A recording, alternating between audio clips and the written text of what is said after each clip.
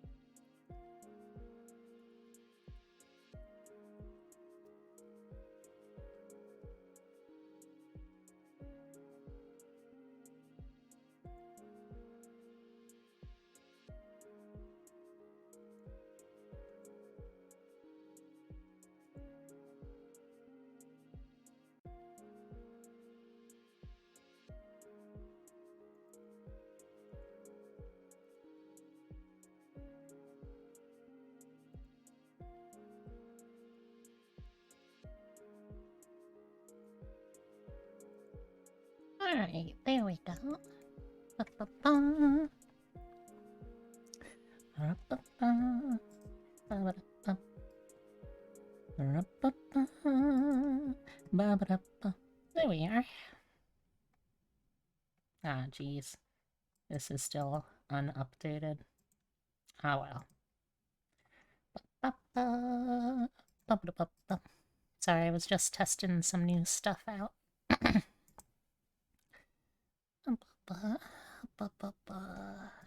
Alright, so I think I'm gonna start off with the character design because it is a character design that kind of like grabbed me all of a sudden, and I'm very excited about it. But also, let me make sure I actually have some music for people to listen to. Otherwise, it's not going to be very enjoyable.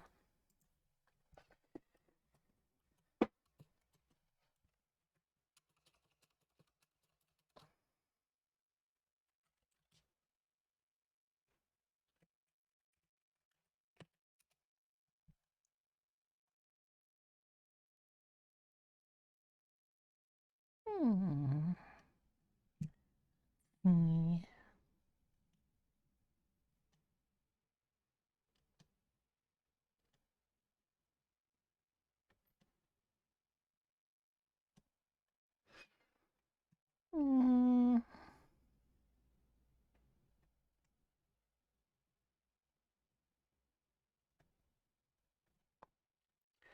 Let's go with...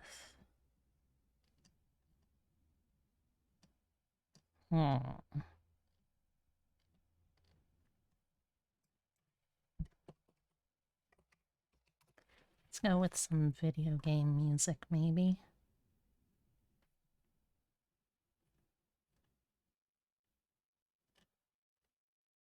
I think one of these days I would actually plan this far ahead, but no, never do. Oh.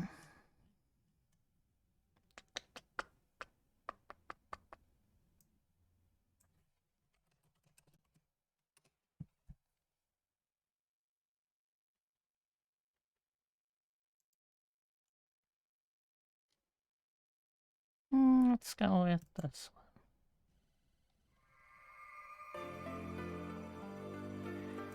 one. Alright. And let's actually give y'all something to watch. That might be a good idea.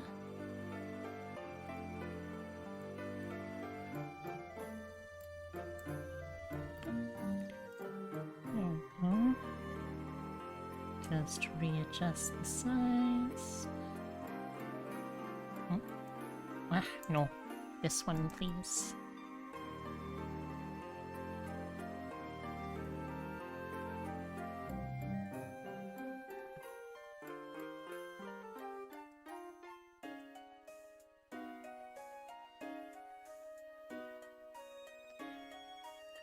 I don't know why it suddenly resized itself like this.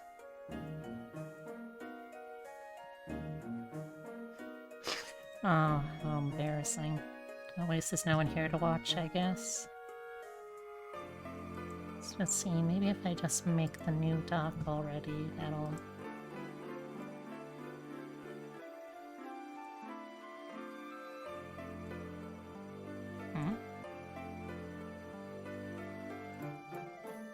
Oh, that's not right.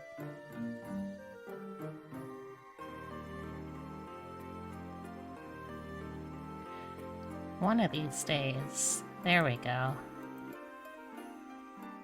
Sorry about that, chat.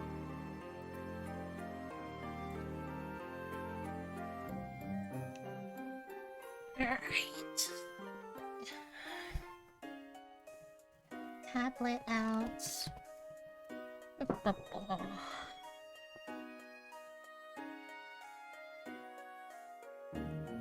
Alright, so... First, I guess, kind of like a little bit of background as to what exactly it is that I'm gonna do here. So, a little while ago, the D&D website, Wizards of the Coast, they added this new part of, they do these experimental supplement things where it's like, okay, well, we might release this for like a future book or something, but here are some ideas we have. We don't know if they're busted or not, but why don't y'all just test them for us? And the community does, and it's usually fine.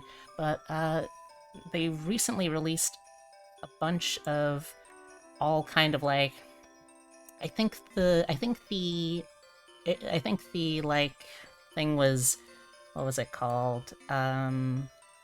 Spelljammer? I think Spelljammer was the one that they gave the game line where it was kind of like D&D, but it was... Also, wait a second, hold on. I think, yeah, hold on. Need to do some quick troubleshooting here because my mouth is not working as well as it should. There we go, much better. And you know what? Screw it, since I'm here already. I might as well give myself my tablet after all.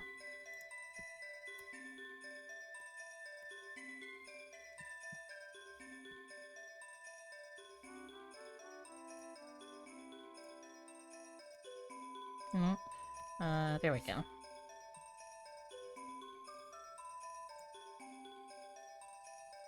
Okay.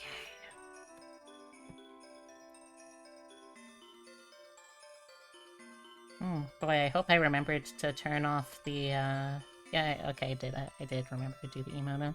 So, if y'all came around for the later stuff where I'm going to be talking about Deadlands and I'm going to be talking about D&D Homebrew, I will get to that. But first, I wanted to at least, like, sketch out an idea for a character I have. So anyway, going back to these, Spelljammer, sort of sci-fi, but all fantasy still, kind of character races. One of the races that got added is called the Plasmoid, and it is literally an ooze. Like, you can just be a little slime. That's it. And I thought it would be a fun idea to try and base something off of that. And, like, one of the things I've found recently is that, turns out, I really enjoy playing intelligence-based spellcasters, which is weird for me, because, like, IRL, I'm a bard. And usually, in the games, I still play bards.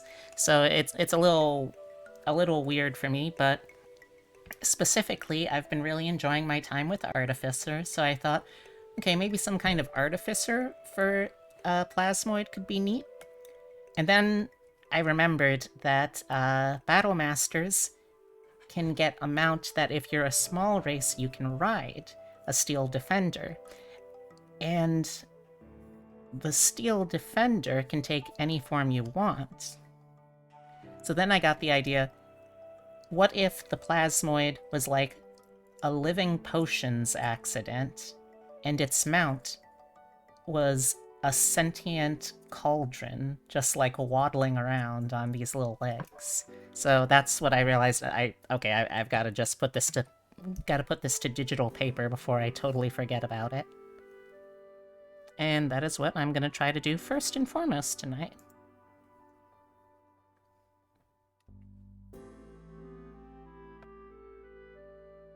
What's beautiful? Also, hey, Epitome. Oh, wrong one. There we go. It's better than your Plasmoid Druid who's just a dog. Well, I mean, I don't know. I try. Sometimes I have better ideas than others, and I accept that. Okay, you know, this probably isn't gonna work. Let me try using the ellipse tool instead. Because right now I'm just looking to get... Oh. Ooh, boy. Okay, there we go. Alright, so now we've got, like, the lip that we're working with here. Oops. Alright, so now... let's make another ellipse slightly smaller within it to be like the... Oh, come on. Okay. Clearly I need to zoom out a little bit. I don't know what I'll name this slime character yet. And also, I'm gonna try to hit, like, a meaningful midpoint to the different ideas that I think a lot of people are going... I'm not naming them Flubber, I can tell you that much. But I want to try and find, like, a meaningful midpoint between the different kinds of slime characters that I know people will make with Plasmoid. Which I remember seeing, like, an infographic someone made when the UA stuff launched. They were like, there are 3 kinds of Plasmoid players. Either you're playing as one of those giant germ thingies from Powerpuff Girls, you're playing as a slime monster girl, or you're playing as a slime from that time I reincarnated as a slime.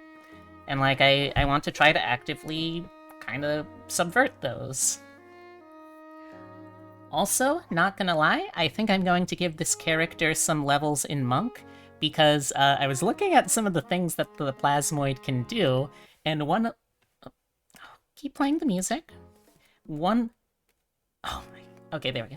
One of the really fun things that they can do, and I know this is going to be a nightmare for my DM already, but one of the fun things they can do is their oozes, so their bodies are entirely just non-Newtonian liquids or active goos or stuff like that. So... okay, let me... You can squeeze through a space as narrow as 1 inch wide, provided you aren't wearing or carrying anything, and you have advantage on ability checks you make to initiate or escape a grapple. Also, you have resistance to acid and poison damage, and can hold your breath for an hour. So, let me ask you this, chat. Especially also, I forgot to mention, you have advantage on checks to initiate or escape a grapple. Let me ask you this, though, chat. What do you think would happen if a Plasmoid monk grappled someone, and then using those abilities, just climbed right inside their mouth? And let me tell you, I can't wait to actively ruin DM's days by beating the shit out of enemies from their stomach outward.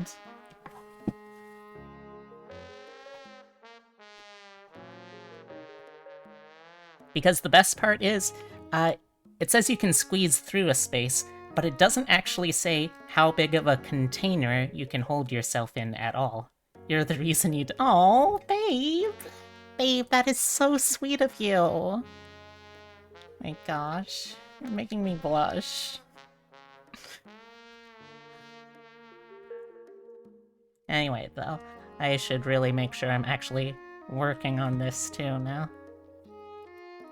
Alright, so now, let's, for the other one, use like a dark, but differently dark kind of color. No, a little darker. Darker, darker, yet darker. Okay, there we go.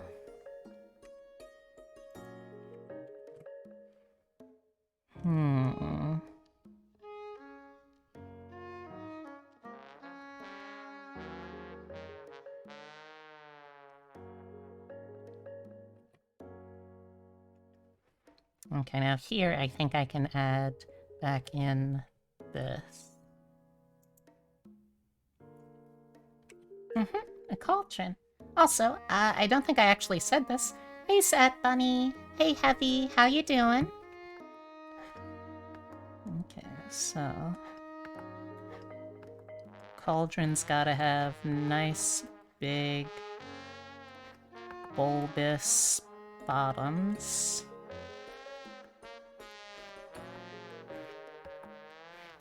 Oh, also, I was working today. Hi! More around? Okay. You are like the, you're the closest thing we have to a practicing potion brewing witch in our household, Epitome, so I will trust your instincts on this.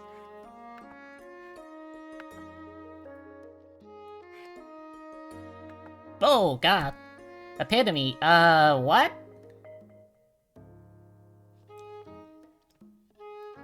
You okay there, Epitome? You good, bud? I can hear him from the other room. Oh, shit, hold on.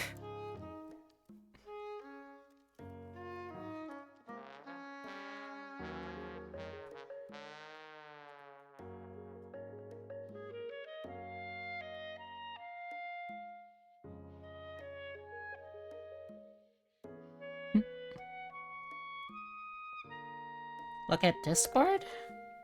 Okay. What we got, what we got, what we got?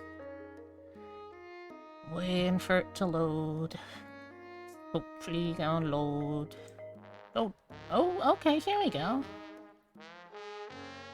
Alright. Yeah, okay, let me just, copy and paste these in. Oh, that's a very small. Thank you, Epitome.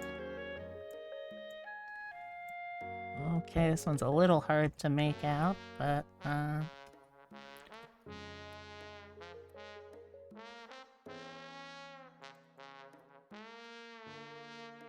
there we go.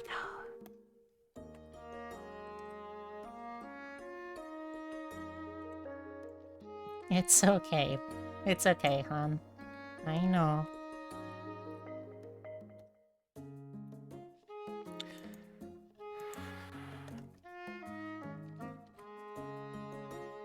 Oh my god. Oh my god. Okay, you know, I don't think I can necessarily use those. Turns out that there's simply... Oh, wait. And maybe if I Oh, no.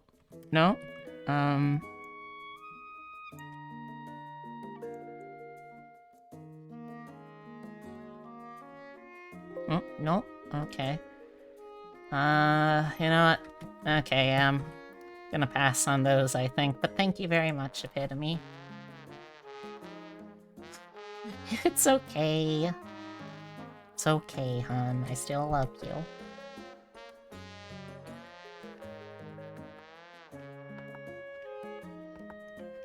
So how is everyone's day? I actually had a surprisingly productive day today. I feel a little proud about that. I finished up the rigging work for Laramin and sent that off, or I'm going to be sending that off, but the rigging is all done, so that's another job in the books.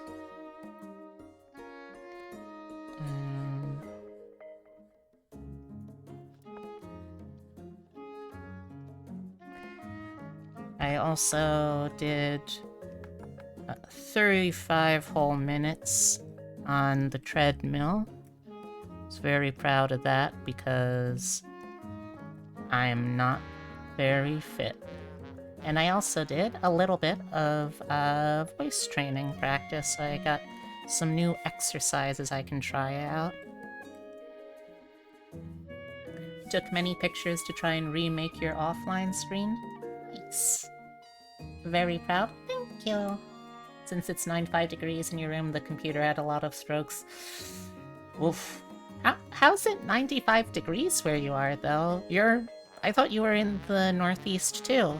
Or, at the very least, like, in a place that had winter coming. You know, winter coming. The heater refuses to stop. Oof. We got our first frost today. Interesting. Okay, so... Oops. I don't totally know how I want to do the legs here. But... let's see. Okay, there we go. But I think... Let me try drawing something for y'all, chat, and tell me what you think of it. So I'm thinking something kind of like...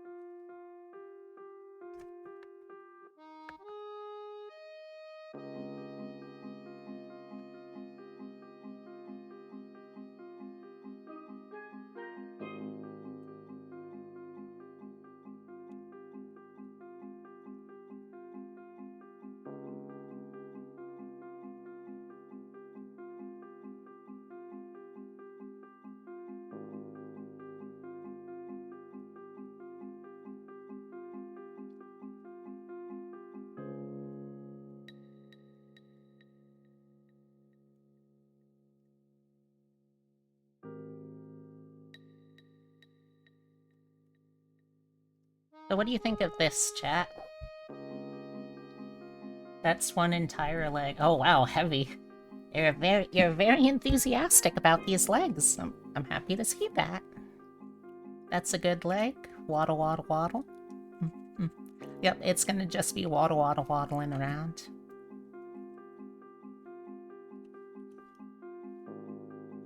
Oh, this may sound a little odd out of context, but, chat... well, as I was messing around in Live 2D and kind of playing around with my rigging, after all of the things I tried out for Laramin's commission, I wanted to try applying some of those new things to myself as well. But, one of the things I was thinking of, chat, and I was wondering what y'all thought, was going to try to have some sort of a mascot for my streams. And, like, I know that I could just use the, like, the super deformed version of the jackalope I have, but I wanna think more outside the box. I wanna stick with Cryptid because Cryptid is part of my brand. It's part of me. But I want something maybe that's not a jackalope. So I've been entertaining possible ideas for what kind of cryptid would make a good mascot character. Dear, if I make you into the mascot character, that's not really gonna work very well, I'm afraid.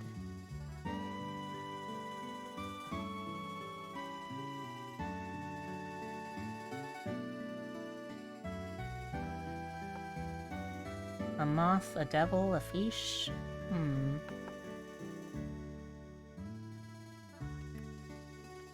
Well, I could do a mothman, but there's just already a lot of moths that I know, and I feel like it would just kind of be weird. One of the ones I was thinking was a night crawler, you know, like a Fresno night crawler.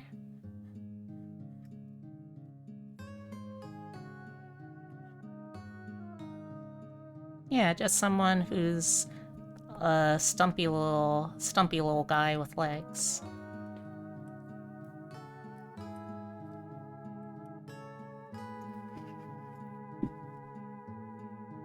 A moth riding a devil surfing on a fish. That might be a little hard to rake.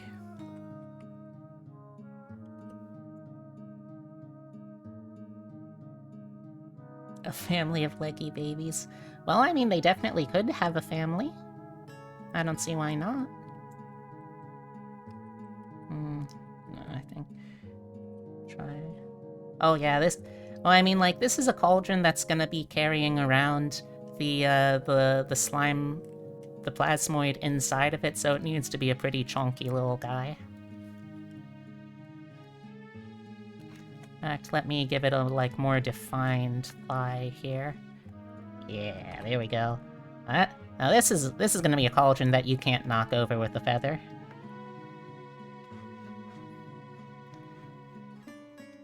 This cauldron's gonna be thicker than a pancake on a Tuesday morning.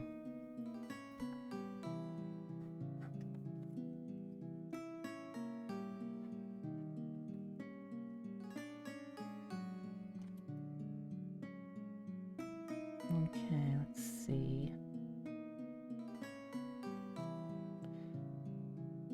Maybe something kind of like...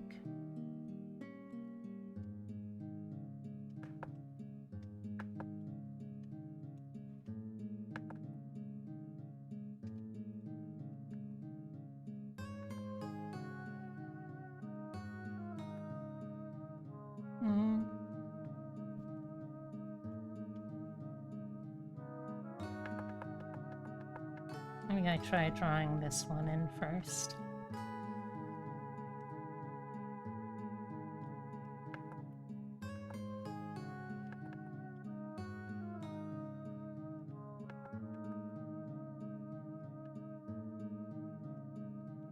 You posted your pic that you're gonna use in the art part of Discord.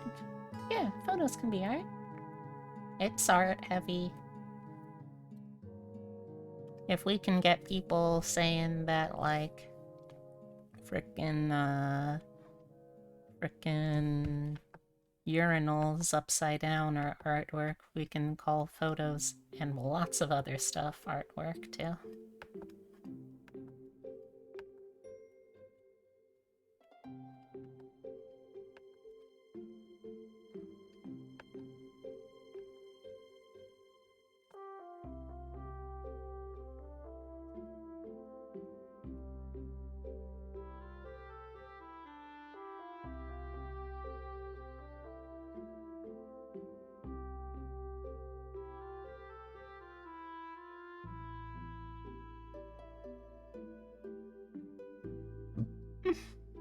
Excuse me.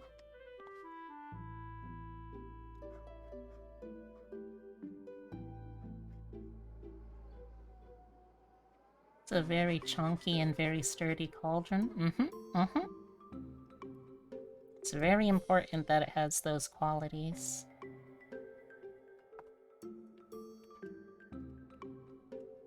And you're gonna be riding around in a magically animated cauldron all day, you gotta make sure that it's a sturdy boy.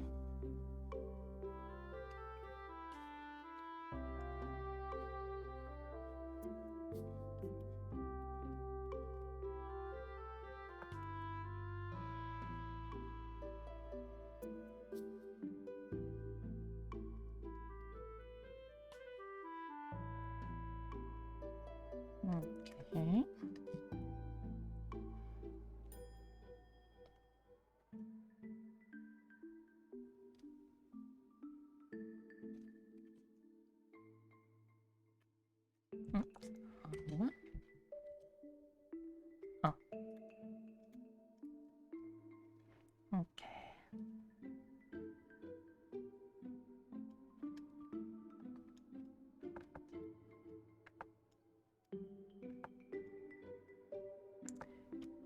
Like, the subclass feature of being able to have a Steel Guardian is so cool.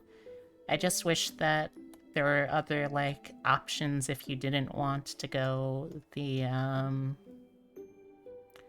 full... Blah, blah, blah, what am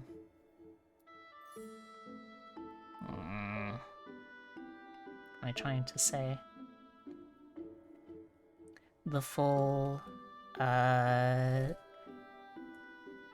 basically want to make other kinds of familiars that are, like, bigger than just tiny little flyy things, that also are artificer things without having to be this. Because obviously I feel like if I was going to make this, it would make even more sense if the artificer plasmoid could be like, an alchemist.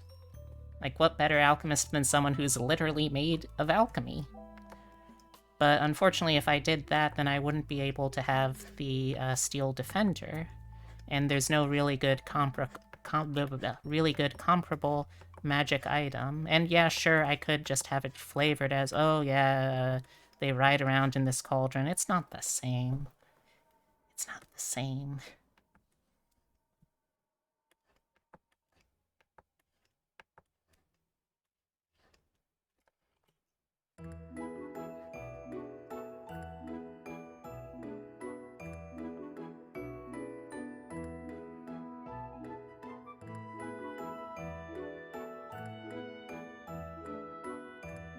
There we go. It's a dumpy little cauldron, but I like it. What do you think, chat? Is the cauldron good so far?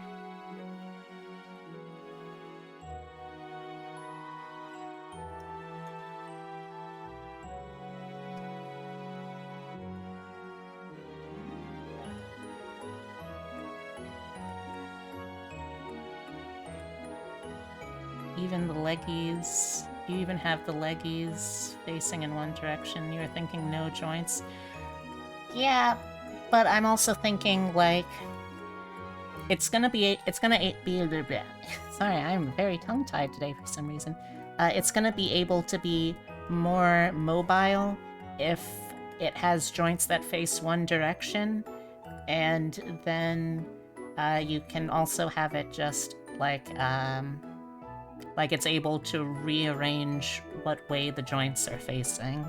At least in my mind. Oh, also, Epitome, I forgot. Could you maybe, get my pill box?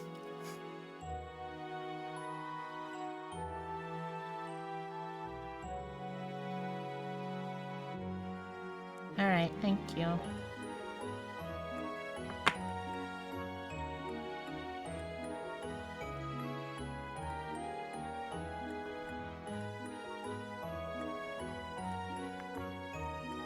Okay, so now this cauldron needs some handles.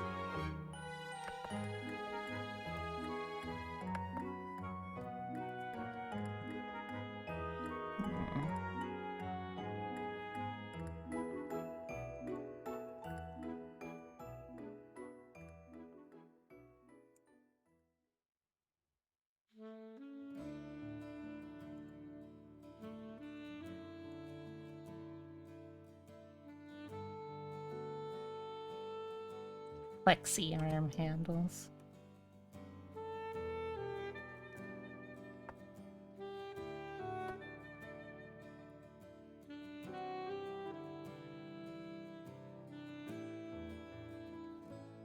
Okay, let's see.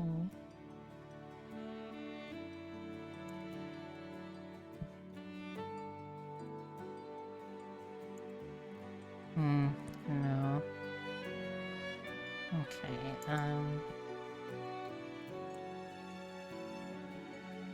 here we go.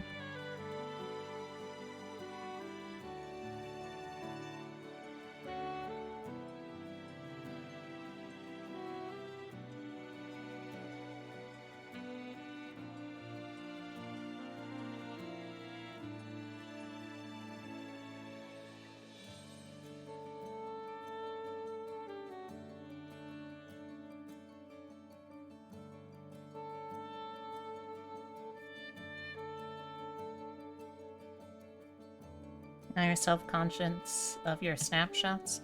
Your snapshots are fine, Heavy, I promise.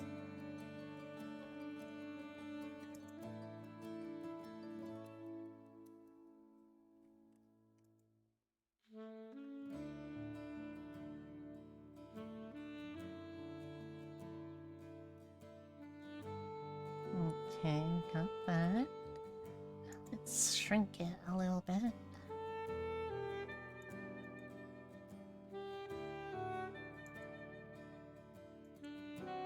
Oh, nope.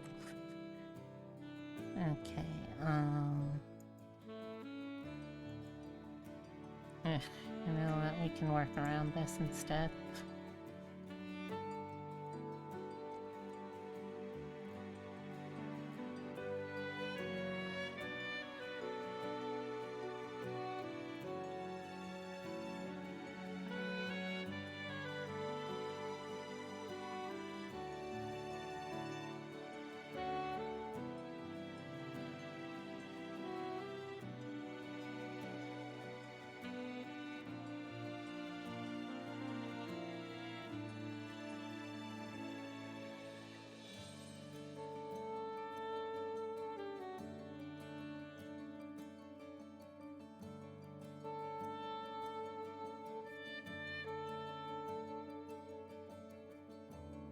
Yeah, I know how that feels.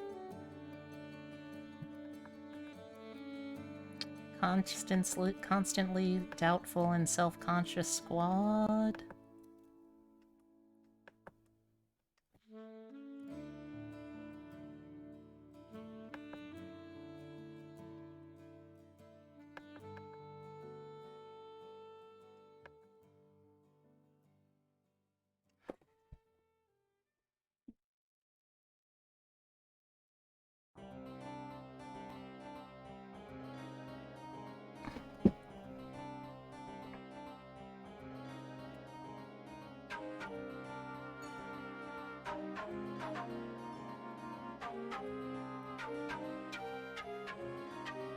Nah, not us. Well, if you say so.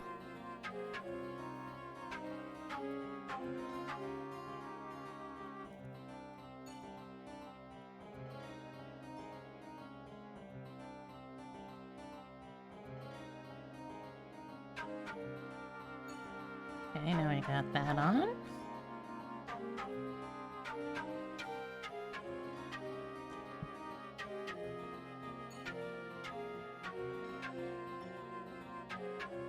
Confidence is currently at 12%.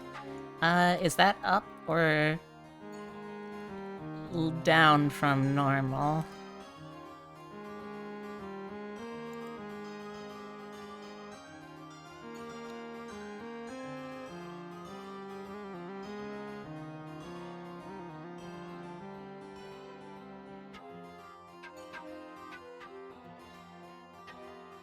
Wait, you're normally infinitely confident?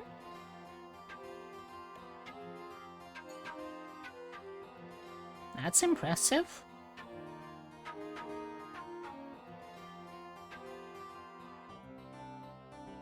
Oh, negative. Wow, so you're incredibly high up. Good job, Heavy.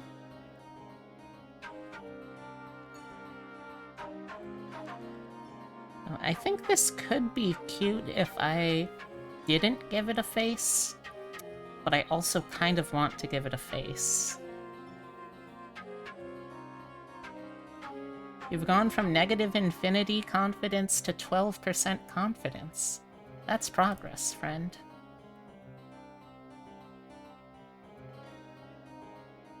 Maybe.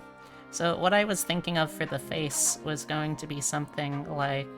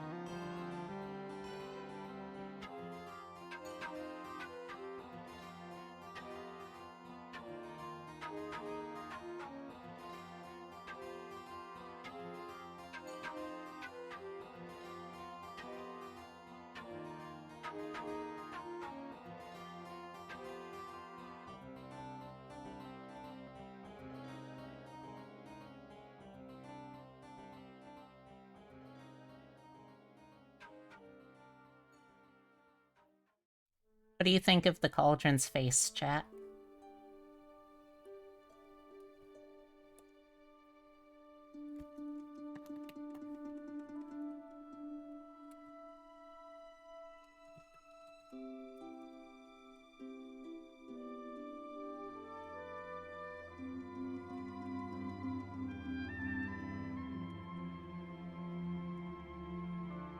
Face, yes, good face. Nice. Wait, what if...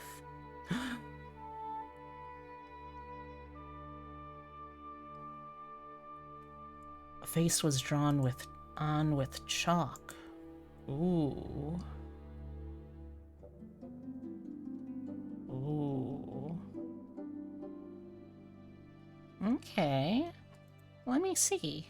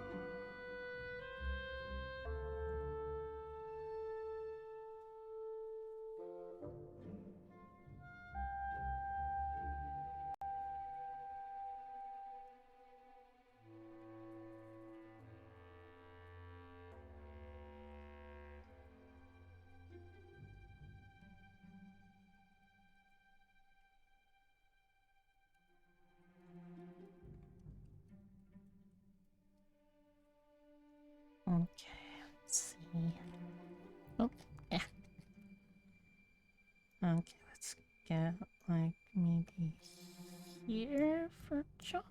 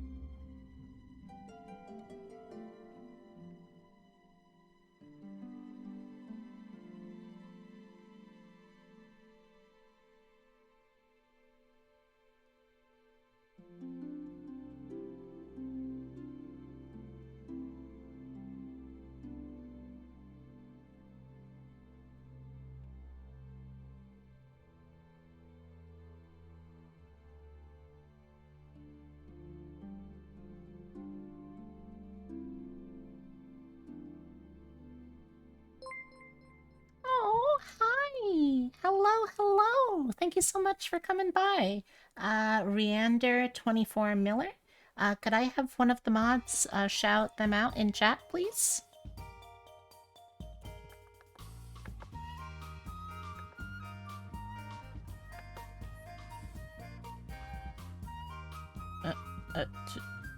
Mods? Oh, thank you very much. I'll do it. Oh, there we go. Playing Jump Force. I don't think I've actually seen that one. Matter. Oh? It doesn't matter if I go down at round 50. All it matters is I get to there. But also, haboosh! Oh yeah, rank 4, 1, 2.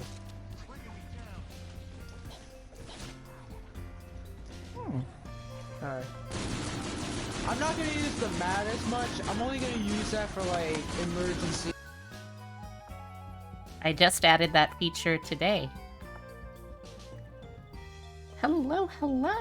How's it going? Oh, also, welcome. If this is your first time here, my name's Beatrix Bunny.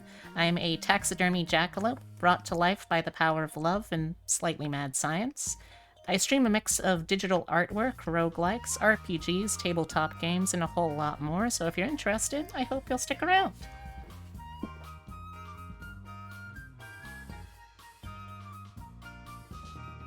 How did Jump Force go, though? If I recall right, because, like, I've never played Jump Force, but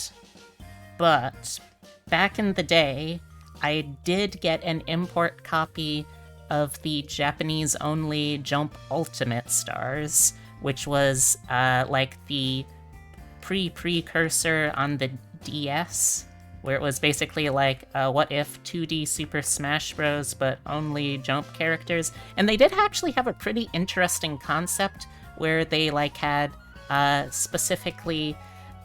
Sorry, I don't know why my thingy happens here. Where, like, you would put together a sort of like a comic page of different panels that all had, like, either they were player characters or support attacks or abilities, or they were, like, just giving you passive effects. It was really cool. I was really bad at it, but it was a really cool game. I hope you had a good night to, blah, blah, blah. Gosh, I'm just so tongue-tied tonight. I hope you had a good night tonight, Ryander. Do you prefer Ryander? Ryan? Ander? 24 Miller? Yugimoto and Kaiba from Yu-Gi-Oh! Is in Jump Force. Nice. Are they both, like, playable characters, or is it just, like, one is, like... I imagine Yugi undebatably has to be a playable character. I don't know about Kaiba, though.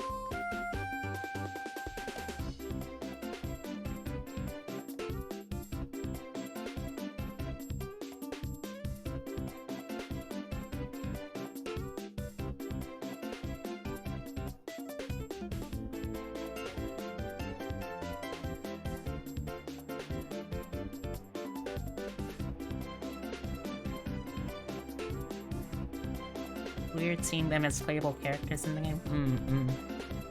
Also, you know what was really weird, too? Seeing that game for the first time and remembering, oh yeah, like, the same now, like, 60-year-old woman has voiced Goku in everything over there. And I found that just absolutely wild. Like, she does not sound like a believable, like, 30, 40-year-old man at all. And she's not really, like, trying to sound that way. And I kind of love it for her. Like, it takes a lot of chutzpah to just blatantly do something that sounds like nothing like you would think the character should sound like, and just keep on doing it that way anyway. And I admire her for that. Alright, so chat. I'll go back in and, like, probably render in some, like, engraving touches, but do you think this is a good start for the mount here that we've got?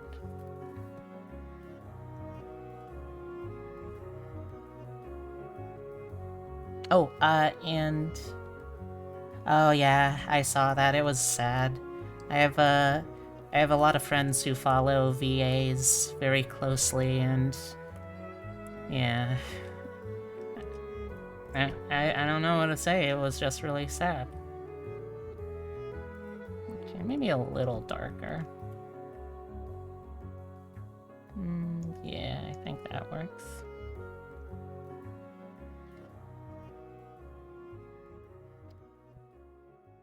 Alright, so... now I think it's time to start drawing in our plasmoid.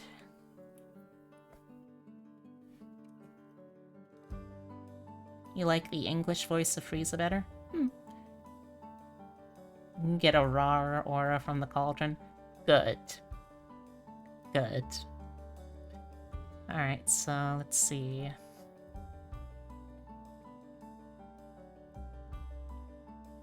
I feel like the archetypal slime has to be some form of green, you know?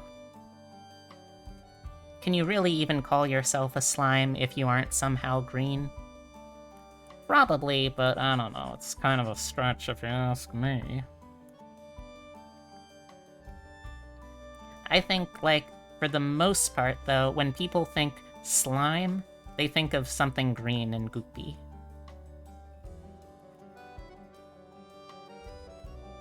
And granted, part of that is big Nickelodeon controlling the slime media, but it's also just, like, kind of a default assumption, I think.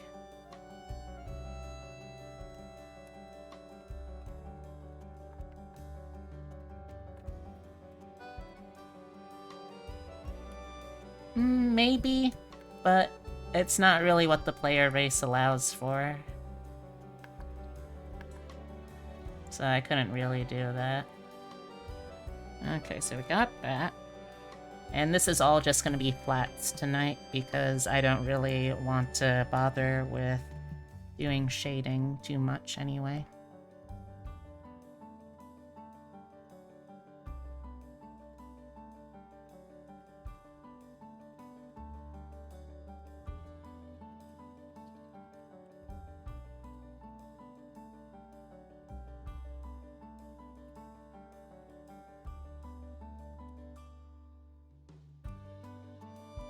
Yeah, that's fair.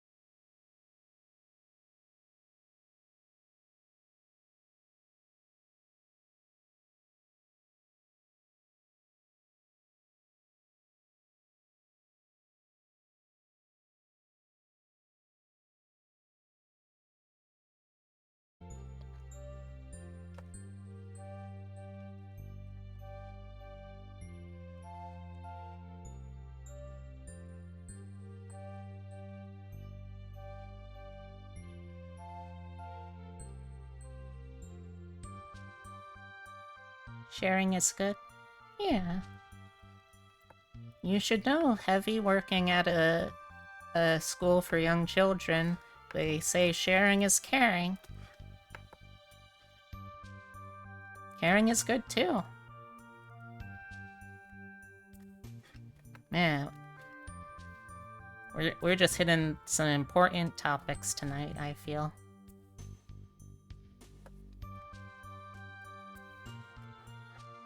Well, some are.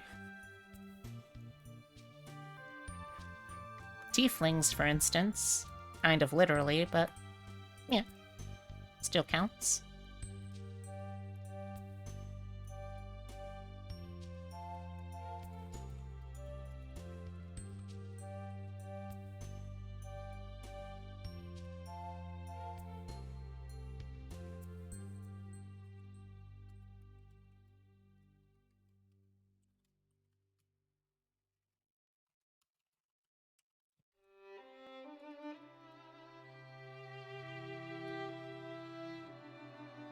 Okay, close that. Close that. Is this... I want to say... Oh, God, this sounds so familiar. It sounds very Ghibli to me. I don't know what it is. Got a toe beans emote at some point? Oh boy. What you gonna do with that?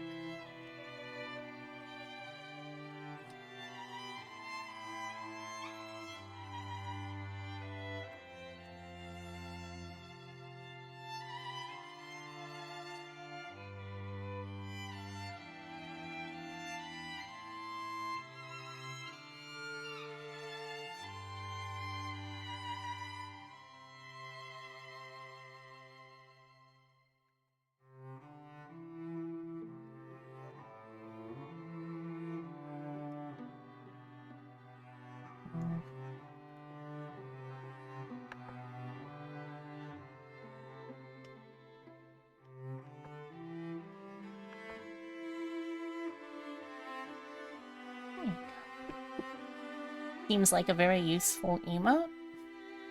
Okay, could you explain to me, Bunny? I'm not saying no. I'm just curious as to what the use case for this emote would be.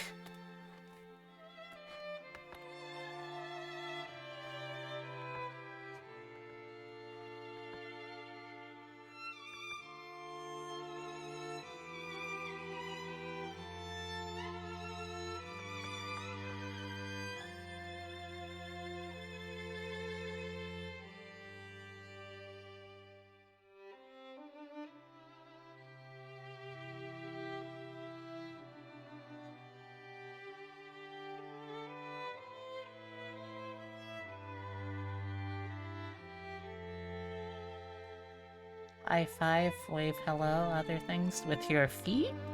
Is that something you normally do? With your feet? Again, I'm not saying no, I'm just saying, really?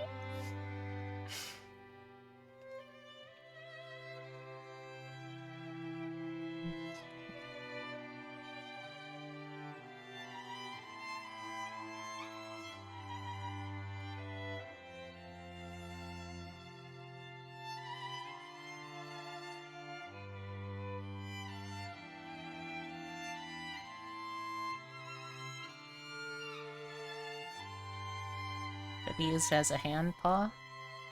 Maybe? That's a bit of a stretch, I feel like, but...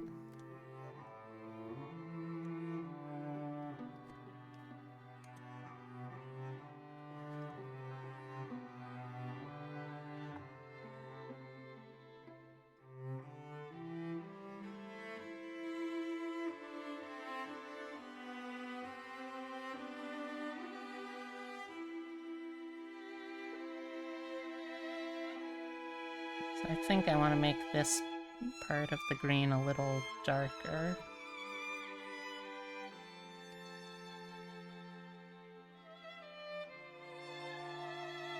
Because it's going to be contrasting.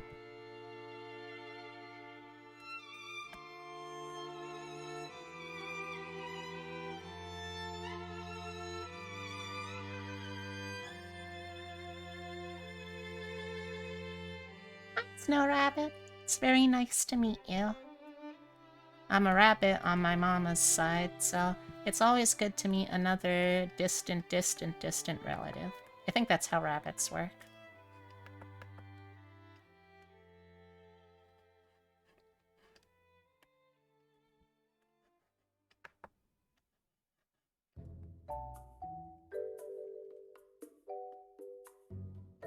Oops, wrong green.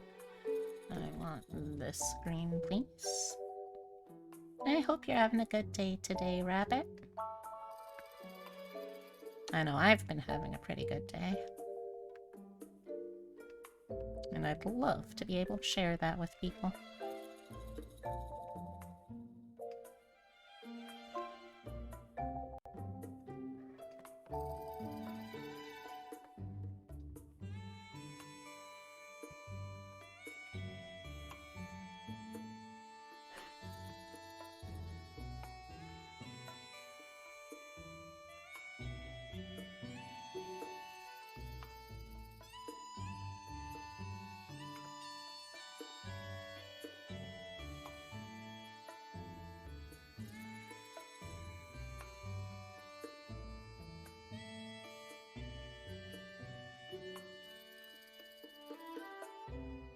Okay, let's see.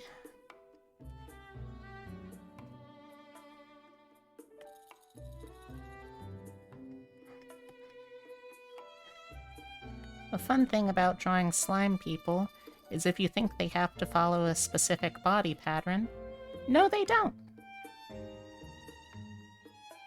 They literally have no bones or muscles or any kind of discernible specified tissue in their body. They can be shaped however the fuck they want to be shaped.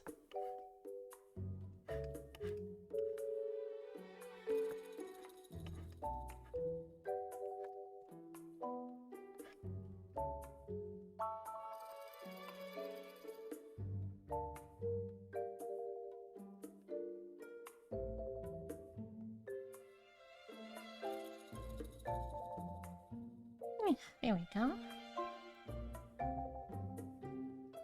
Well, if you want to just lurk, that's totally alright. I'm just happy to see new folks in here, Snow Rabbit, and I hope you enjoy yourself.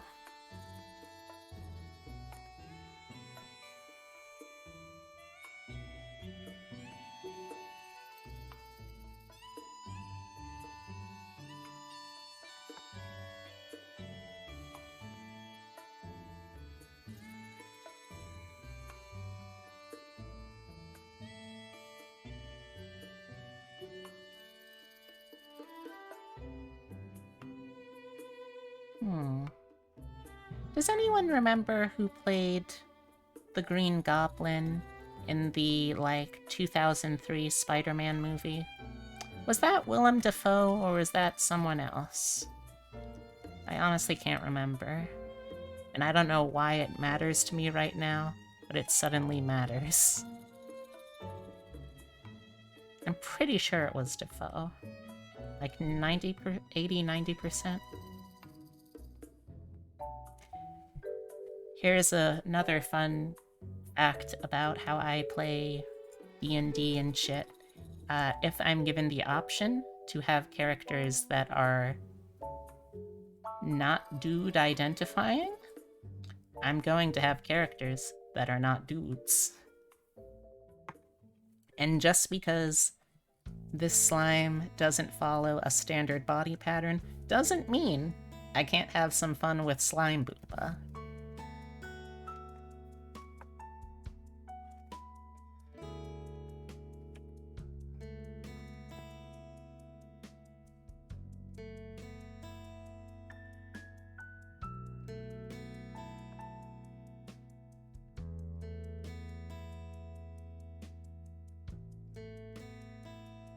There we go. Something like that.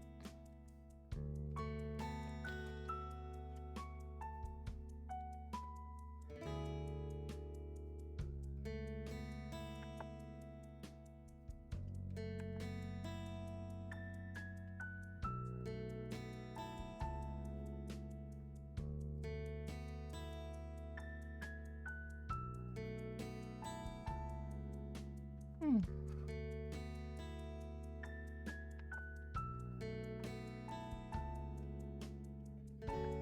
Here we go.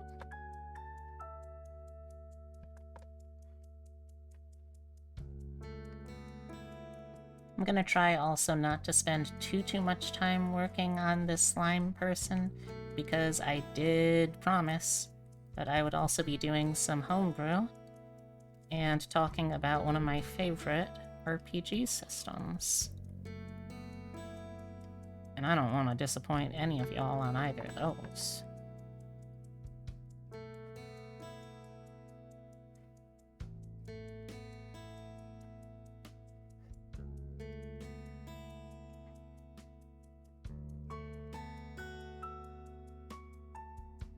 Alright, so this is the basic level of droopy goopy, I think, that I'm going for. Or droopy, at least. Now I need to add the goopy.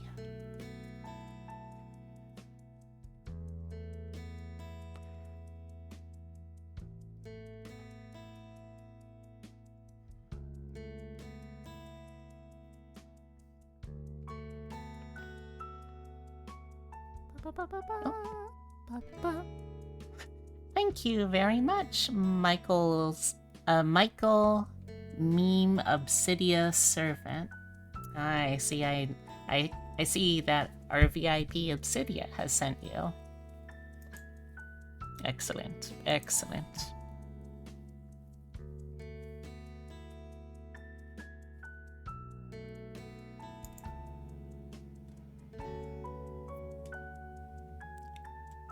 Wait, was I not already following you? Maybe. Honestly, it's hard to tell sometimes. It sorta isn't always super consistent and sometimes can, like, erase or unfollow people.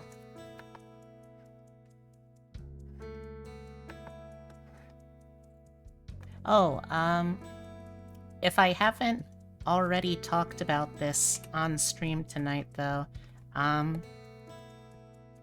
the 22nd of this month is going to mark my 1-year anniversary streaming, and despite the fact that I wasn't able to be like a full-fledged VTuber from the get-go necessarily, although, no, I basically was a VTuber from the beginning. So yeah, I'll be celebrating that, and I might also be celebrating my 500 follower milestone in the same stream. Yeah, I think I'm only like 15 people away from that, so that's pretty cool. No, I wasn't following. My friend wanted to joke me, so they unfollowed every VTuber you follow. Wow. That doesn't seem like a very cool friend. I think that you should, I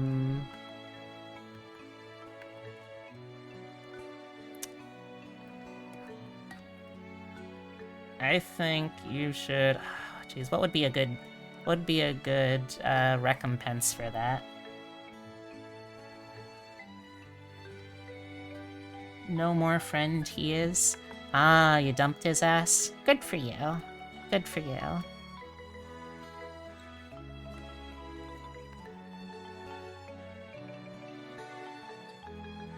It's one thing to not get interested in the same things your friends are interested in. It's another thing to just actively shit on their interests for no good reason.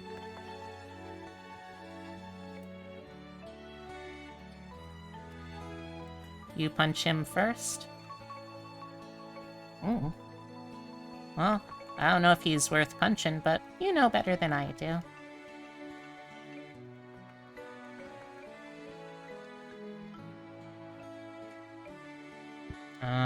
Yeah, that's gotta be a good sign that, hey, maybe you should reconsider some choices there, bud. Or ex-bud. Excuse me.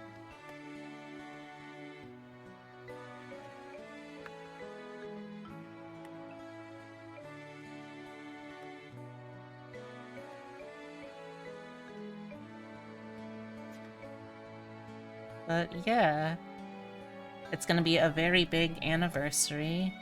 I'm still thinking of things that I'm gonna be doing for it, but one of the things I have decided on is, since that stream would fall on a Monday, I'm going to start off the stream as like a standard Monday time frame, so it'll be from 2 to 8 initially.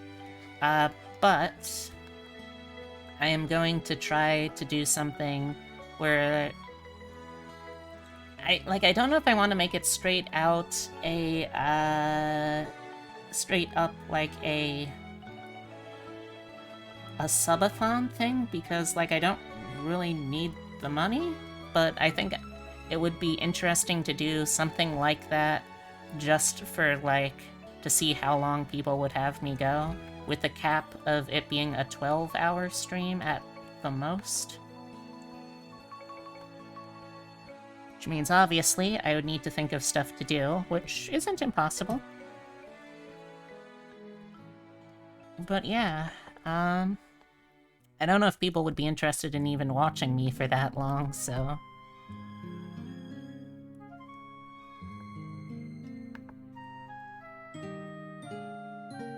Mm-hmm.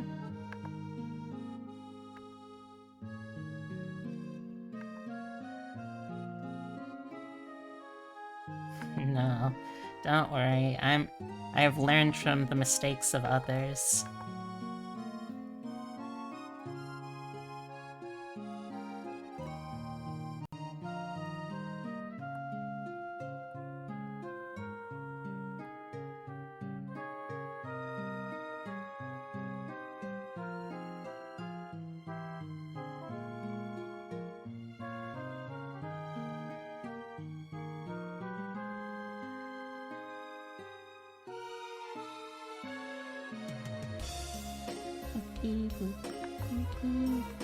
Again, this sounds to me a lot like a Ghibli song. I don't know where it's from.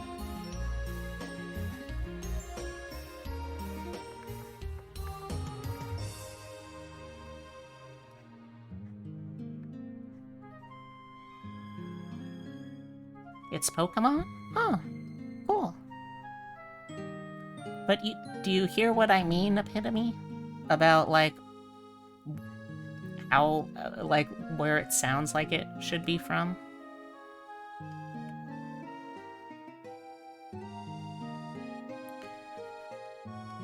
But yeah, so that's, I guess, one of the things that I'm gonna be doing for the celebration.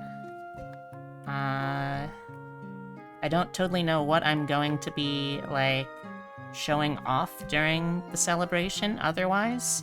I think it would be cool to be able to show off new art of something.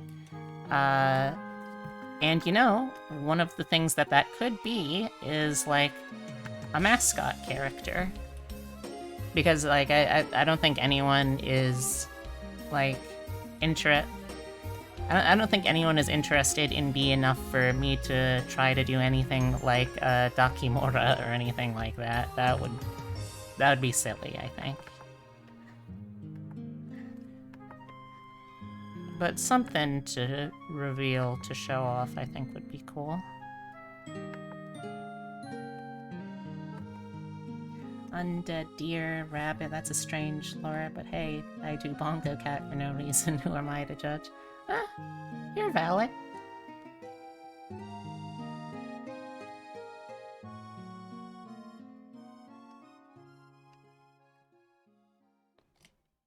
Oh, were you the one who made Obsidia's Bongo Cat? Cool.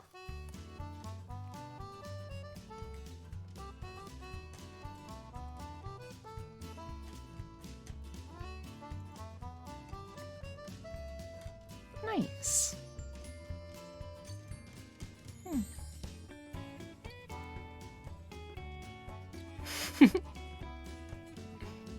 Hmm.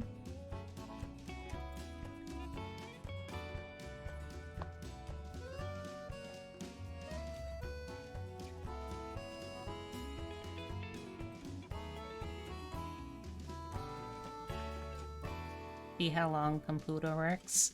Come on, Heavy's computer, you can do it. And also, just because I only like playing characters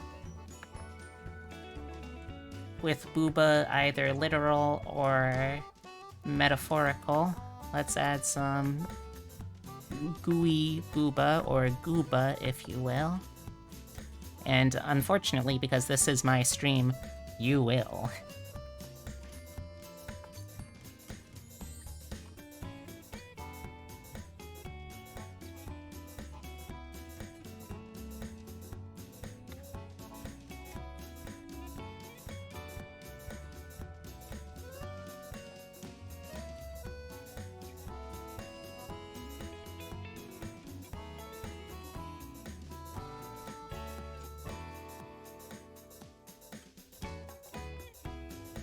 Got to go, you gotta get back to grinding on Genshin Impact and to eat your gingerbread Oreos. Nice. I'll have fun with that.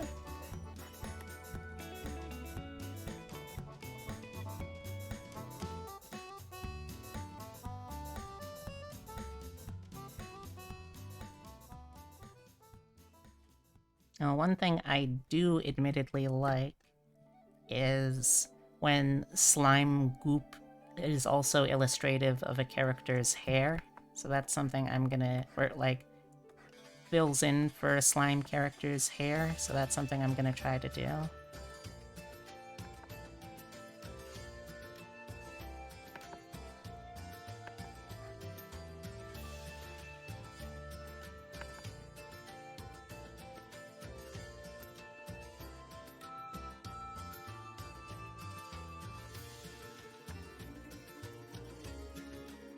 Might have to take a very short BRB just so I can go into the kitchen and grab my my nighttime chemical supplements.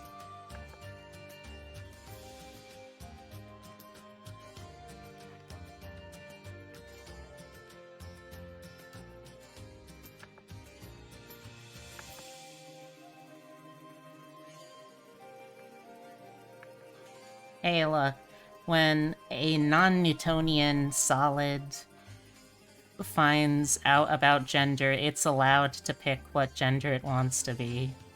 It literally has none of the parts associated with anything. So it gets to decide. Ah, thank you for the head pat! Let me... I gotta sit up to make sure I get it. Thank you.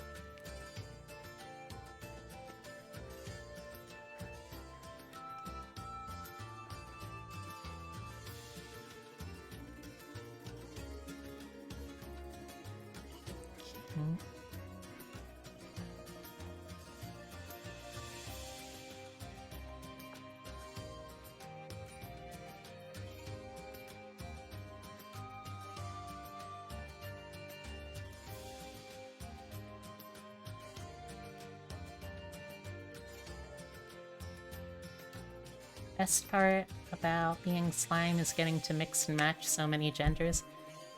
Jeb gets it. See, Jeb gets it. Also, I will be right back, chat. I gotta go grab my alchemy supplements for the nighttime.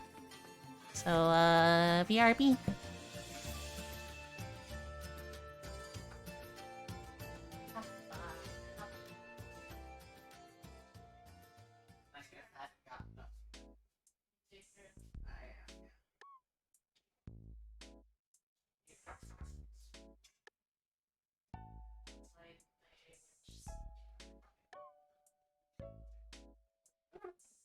The only thing that would make her better is if the bottle had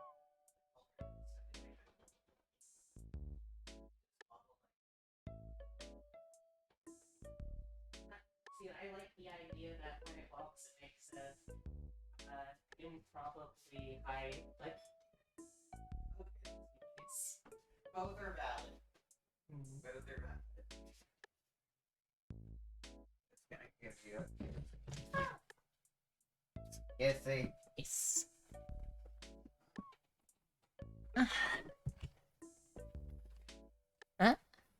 I stopped working. Uh-oh. No, I'm still here. I hope I'm still here at least. Am I still here? Would I even know if I'm not still here? Shit, I'm getting too deep.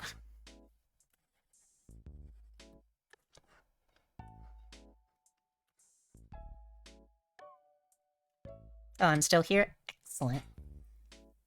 Also, one of the things I like is a little ahoge. I can have a little ahoge as a treat. I cannot ever have ahegao, though. I refuse. Ahegao.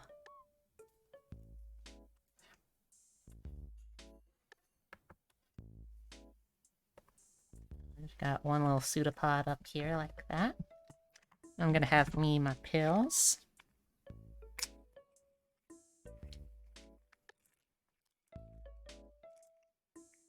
Also, oh my god, chat. Something really, really beautiful got posted to my Twitter, so... Oh, hold on.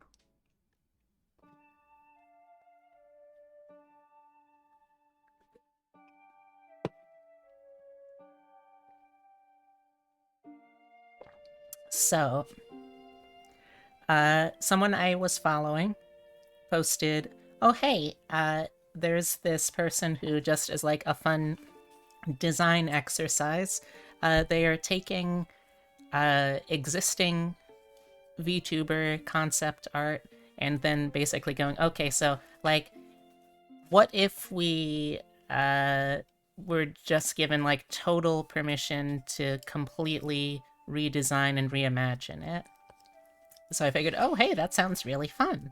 And then like, as we were talking, they said that this was going to be something they would go absolutely ham with, and that there's someone who collects taxidermy animals, so they've been waiting their whole life for this moment. And like, I was not expecting them to respond with something finished this quickly, and yet, let me open up. I'm watching. Oh, I was gonna do it on stream too. Oh, I'm here. Okay. And let me open it up. Don't say anything. I will not. Shh. And that's on Twitter, right? So I could, like, reply. Mm-hmm. So, let me briefly switch windows over. Just a quick thing. Hmm? I have a stomach ache and a headache. Maybe I do the dishes tomorrow. So, let me briefly switch windows and look at this, chat. Look at this artwork. Look at this beautiful redesign they did me. Look at this. Yeah, like, they stuck with the core idea of what makes be, that I am this living undead taxidermy mix of person, deer, and rabbit, but they completely reimagined the outfit, they reimagined the hairstyle, they reimagined the body part. I love, like, the little trails of the bells and the fur tails hanging off. I love the rabbit and deer pouches, the way that it has like this old world feeling dress, the mismatched legs. I really love the wings too. Like, that's making me think of like a not a skavader, a Volpertinger. Those winged Germanic jackalopes they got. I love how they stuck with the wavy, floofy hair design, but they completely reworked how the gray gets worked in. It's... I could look at this for hours and be satisfied. So if you are interested, I highly recommend following this person. This is Chise. They are an artist, VTuber, and singer, and they only have 124 followers, so, like, definitely give them a follow if you like any of the look of their artwork, because they've been doing some really beautiful stuff. I'll be reposting that later on, but for now, let me switch back over. There we go. Also, hey Racy, how you doing? I didn't see you sneak in. I thought you were still playing Mass Effect.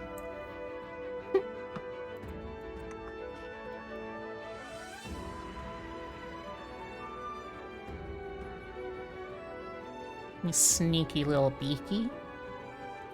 Coming in without saying hi. I see how it is. You're okay popping in before getting some noms? Very important. Good. I'm glad to hear you're taking care of your body. Gotta make sure that you're nice and fattened up for the big day. It's okay. No one's gonna eat you, Racy. Unless you're into that kind of thing.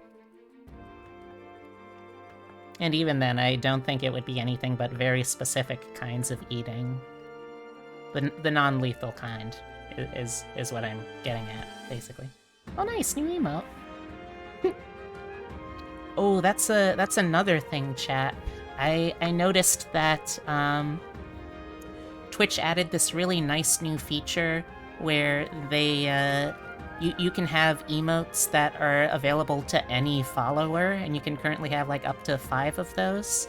So I'm trying to think what kind of emotes would be good for that. Like, I could lower some of the existing emotes from like subscription status to follower use status, but I think it would also be nice if the followers got like their own distinct set of emotes, or at the very least some distinct emotes that aren't just like the same as the paid emotes. And also, how was your day, Racy?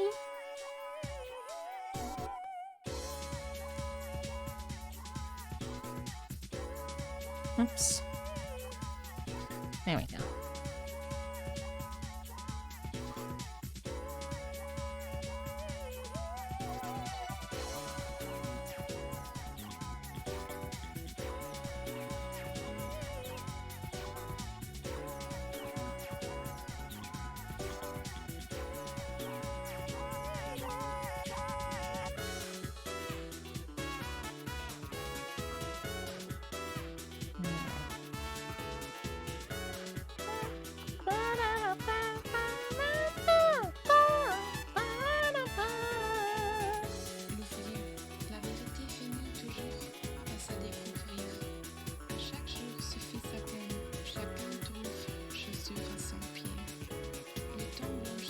Alright.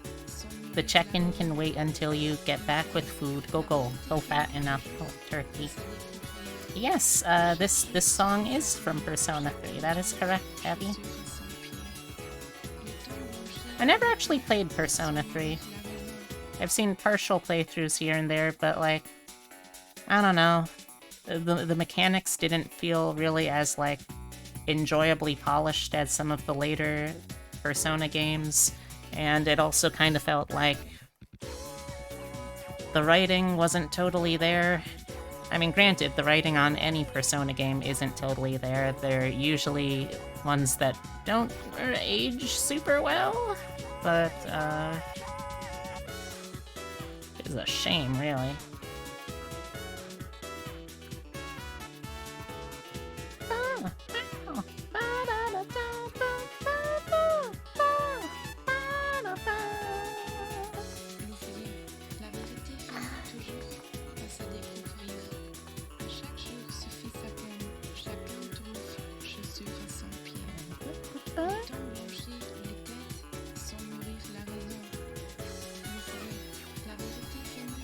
Persona 3 does have a robot girl, and that's pretty cool. Yeah, it's also pretty cool that you can have a lesbian relationship with that robot girl. That's more queer representation than Persona 4 or 5 gets. Which is a shame, because Persona 5 is... Well, Persona 4 is also written with a all but said gay and trans character, and Persona 5 also has an all but said lesbian character and several possible gay characters, but no, nothing explicit. We get nothing. I'm not bitter. What are you talking about? No, I'm not bitter.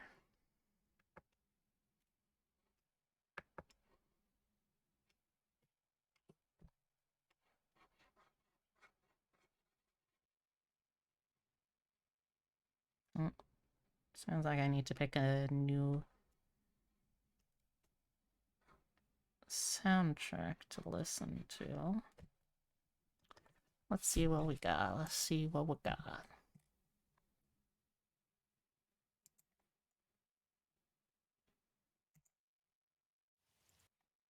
Come on. You gotta keep playing even after I minimize you, you silly window.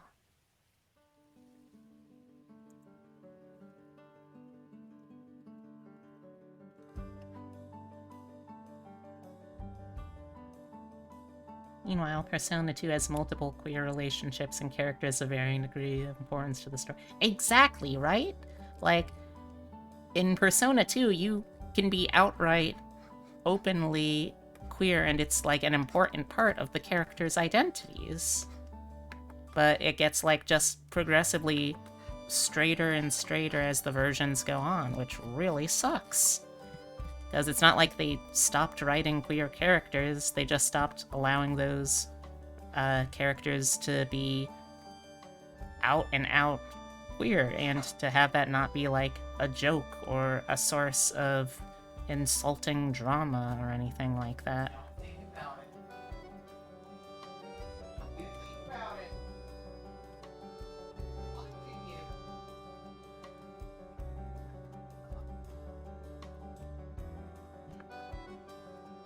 Hmm.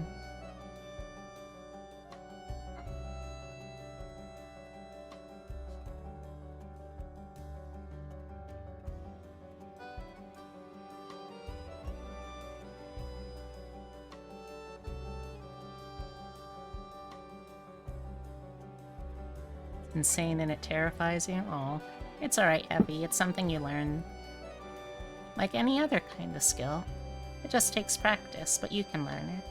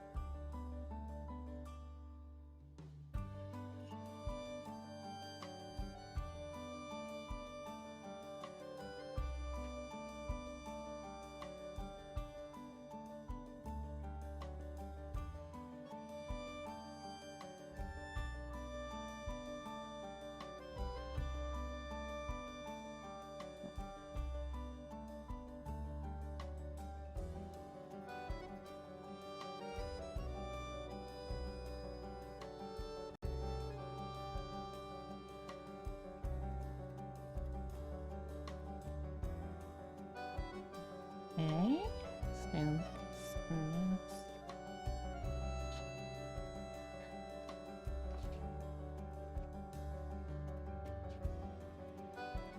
That's my bed checkings. We haven't started on it. Alright. And I'm gonna have you check again. Because I'm gonna keep watching you. Oh, alright. But I'm gonna be lying down and trying to rest. Alright. Please put my laptop away. I will. Oh, Heavy, put that tiny rabbit table back in its place. You'll get the tiny rabbit apartment all messy. Exactly, do not hurt the tiny table. Tiny table did not do anything wrong.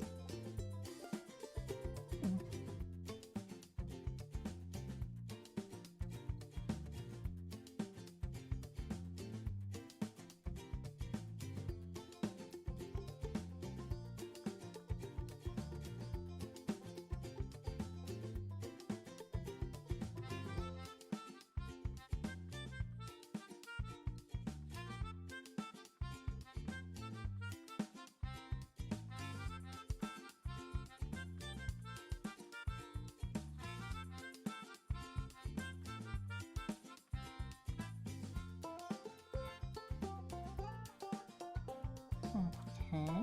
Yeah! Good job, Heavy.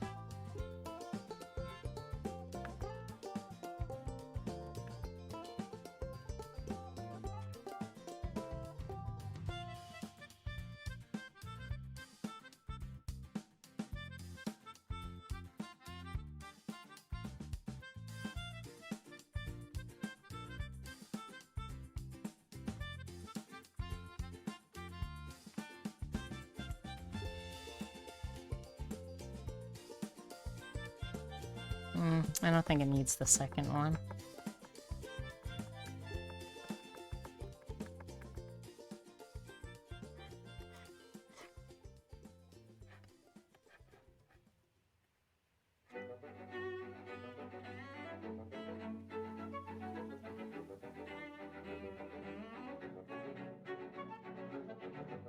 This sounds like it has to be some kind of Zelda music.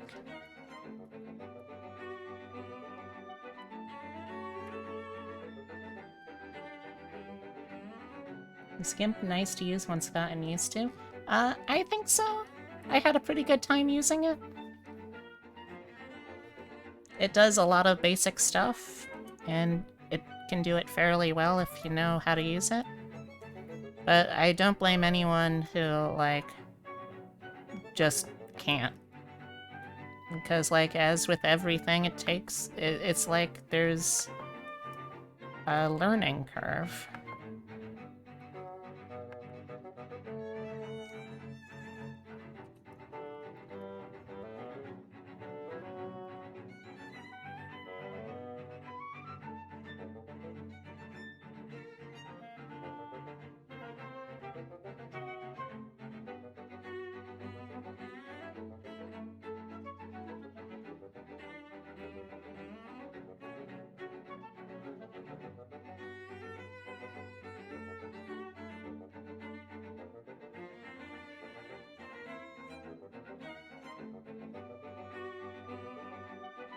There we go.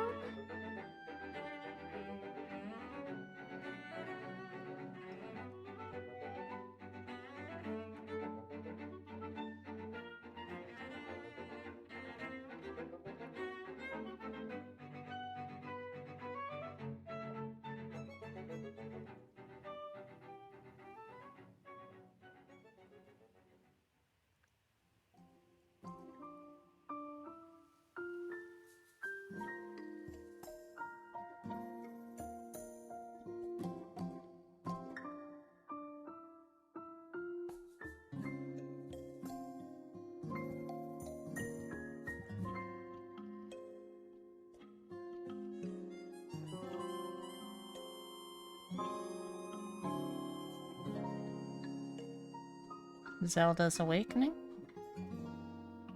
Oh, from Zelda Link's Awakening. Maybe. Never played that one or any of its remakes. Excuse me.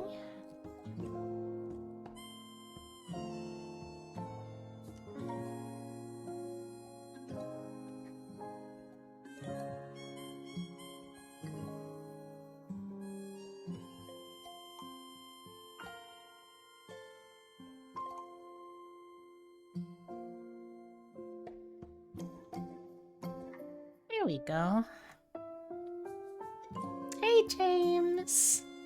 Yeah, I'm doing pretty well. I hope you're doing well, too. Alright, so... let's just see... Oh. That's always not gonna work. Let's see, though. Can I make, like, a brief connecting line? And after this, I am going to be... Oh, that's a cute little emote. After this, I'm going to be switching over to start work on some... let's see...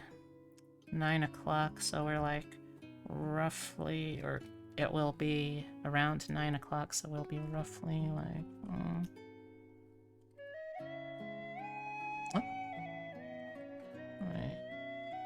Oh, okay, here.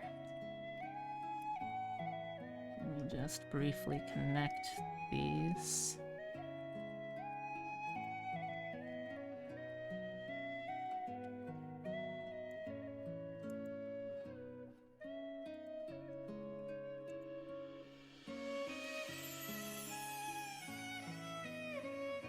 But I'll be working on a little bit of homebrew.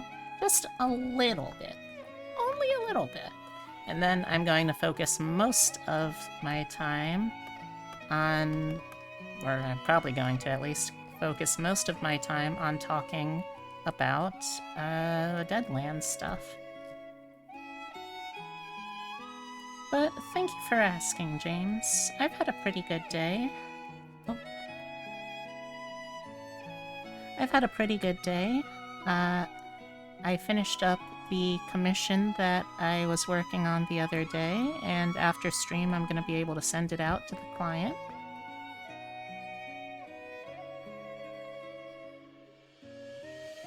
I also did some work on the treadmill and some work on my voice training, so I'm happy about both of those.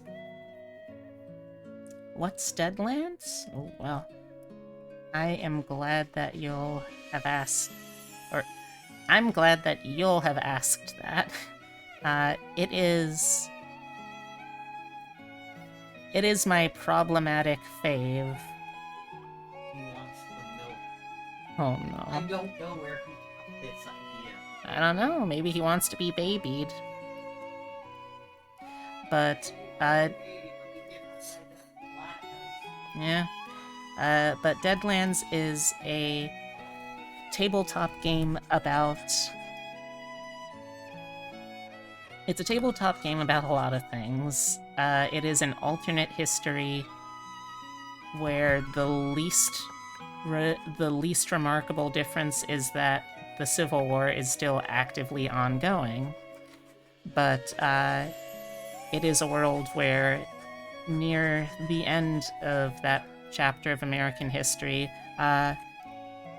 someone opened a portal to the spirit world, and literally, all hell got loose. So now there's magical powers and stuff everywhere. Mad science is a thing. People are getting gifts from gods and devils alike. It is a wild, very, very weird West fantasy action game, and it's a lot of fun. To me, at least. I am going to be explaining it a little bit tonight because, you know, I was thinking, since the system can be kind of scary to a lot of new people, just because of how it looks coming into it, it's not a very approachable feeling game sometimes. I thought it might be interesting if we, like, as a group, kinda built a character.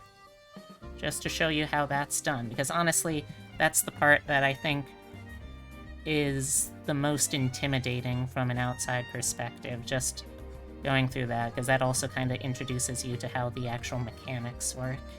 So, I'm hoping to get to that tonight, because one of the things I'm considering in the future is running a campaign of Deadlands. And maybe it would be for on-stream, maybe it would not, but it's something that I would, like, then open up as an opportunity to anyone who wants to, potentially.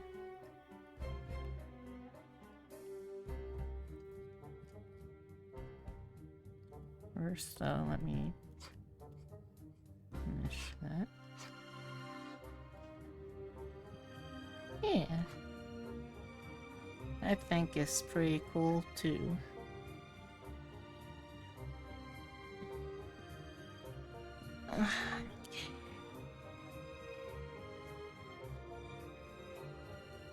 So for that section of the stream, it's going to be very audience interaction heavy. So if y'all want to see how this system can really pop, be sure to throw answers and suggestions and prompts around in chat when we get there, because that's going to be the important part.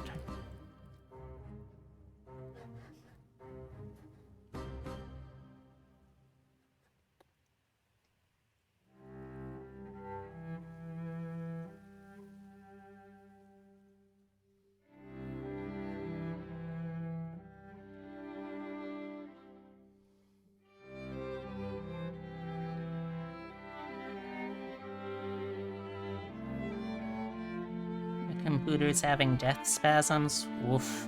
Sorry to hear that, Heavy. My condolences.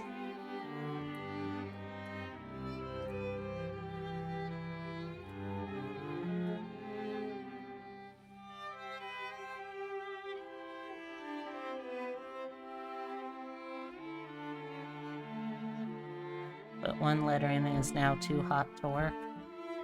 Ooh. Yeah, I'm no computer expert. That's it. That's the end of the statement. So, I mean, I can't really help you, I'm afraid.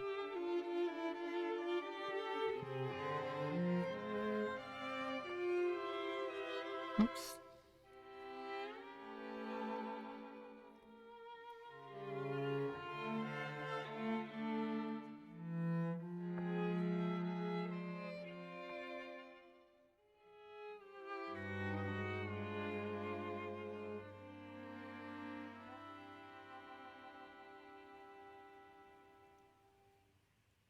Alright, so this is of course all just a rough draft. This is something that I'll likely come back to later at some point. But, what do you think, chat? Do you think this character looks developed enough that we can go on to something new?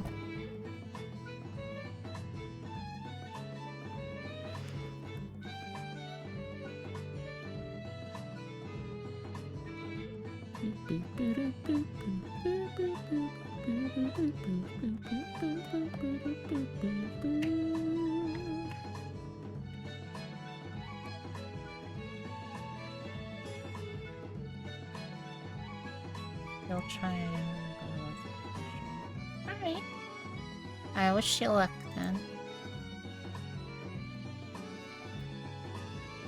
Okay, save as.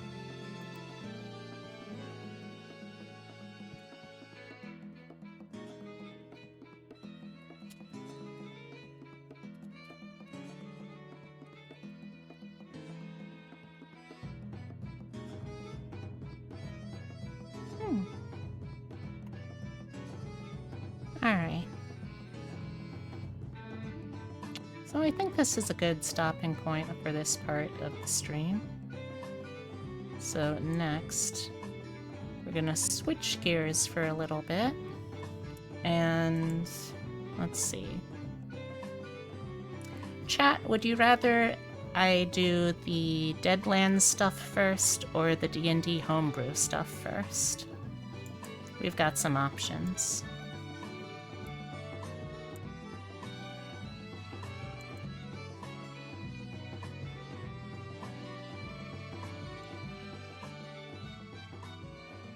I have no idea how many people are actually in chat, so I don't want to risk doing a poll and then, like, just no answers coming out of it.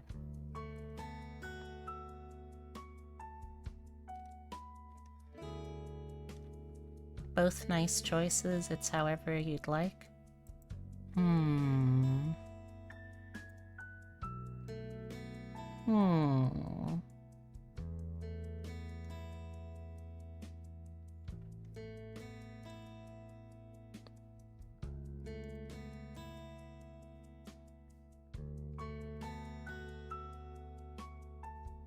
Alright, let me ask you this. If I were to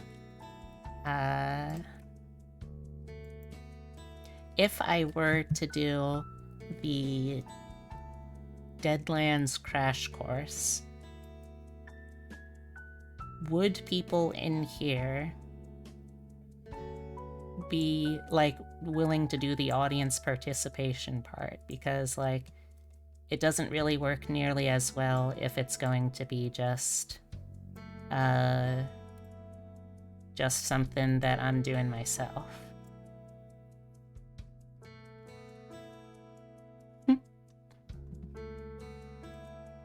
Yeah, it's something like that, Heavy. Ah.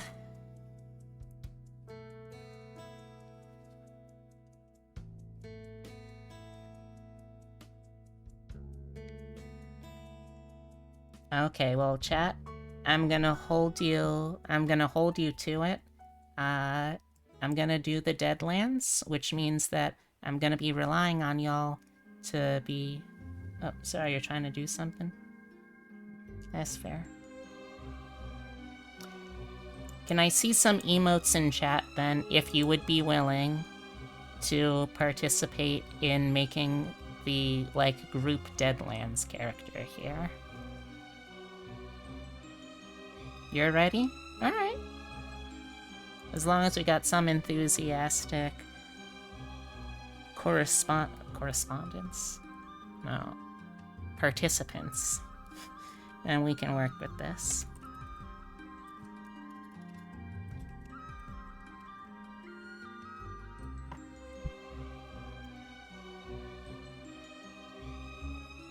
Alright, so you're very scared to do it since you have no idea what you're getting into, but you're down for it. Don't worry, I promise it's not scary at all.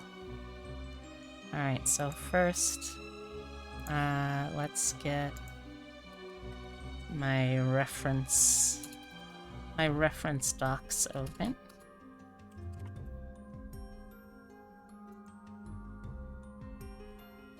Shy and sleepy, that's a big fucking mood, sad bunny.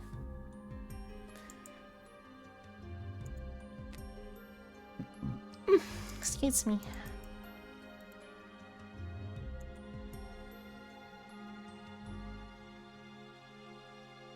Okay, so...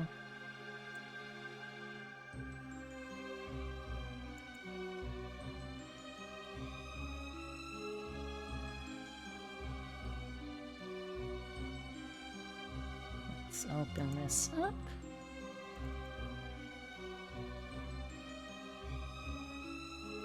Okay, so I'm gonna need a couple of windows open for this. Let's get those open. So this one is going to be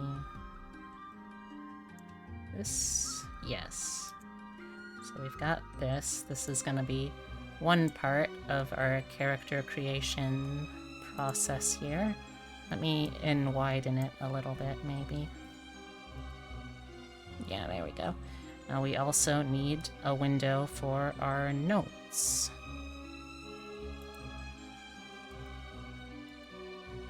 There we go.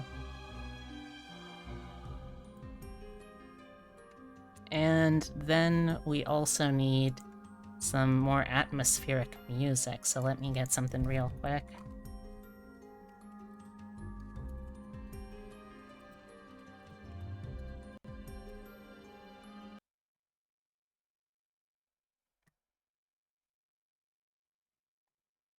Let's see. Here we go. Oh, thank you, James. I really appreciate that. It means a lot to me. Alright, so... Deadlands is a story, or not even a story, it's a shared... No, it's not a shared universe, what am I saying? Deadlands is a game system about a world... Oh, thank you so much, TB James. Oh my gosh, you didn't have to do that. I appreciate it, but... I appreciate it. You didn't have to do it, but thank you. So, Deadlands is set in a world that started off much like our own. In fact, up until, I believe it was 1860... I think it was 1863 or so? Yeah, 1863. It was pretty much exactly like our own. But something happened. There are mysterious plots and schemes and cults afoot, and one of those cults succeeded in opening the human world back up to the world of the spirits, to the world of the dead, of monsters, of gods, of devils, of all sorts of things. For better or for worse, magic is back in the world, and it's pretty intent on changing it. All manner of devils broke loose from the spirit world, and among them, several very powerful ones are intent on creating a sort of hell on earth if they're not stopped. A place where no hope or happiness or bravery can possibly exist, where there is only terror and despair. Now, most folks don't know this. Most folks are just trying to live their lives the best they can in a world expanding out throughout a continent, and for the most part, a lot of them will only ever see those normal everyday struggles. They won't have to know about the terrors that lurk just outside of their frame of view, just the things just outside their window that go bump in the night. They don't have to worry about the monsters that lurk in the shadows, because there's brave folks like all of the player characters who will step up and fight those back and fight the good fight. People will die. Good people will suffer. But it's a fight that needs to be fought. Because someone has to do it, or we're all going to hell in a handbasket. And being a character in Deadlands is about being that kind of character. You don't necessarily have to be a hero. In fact, many characters are not.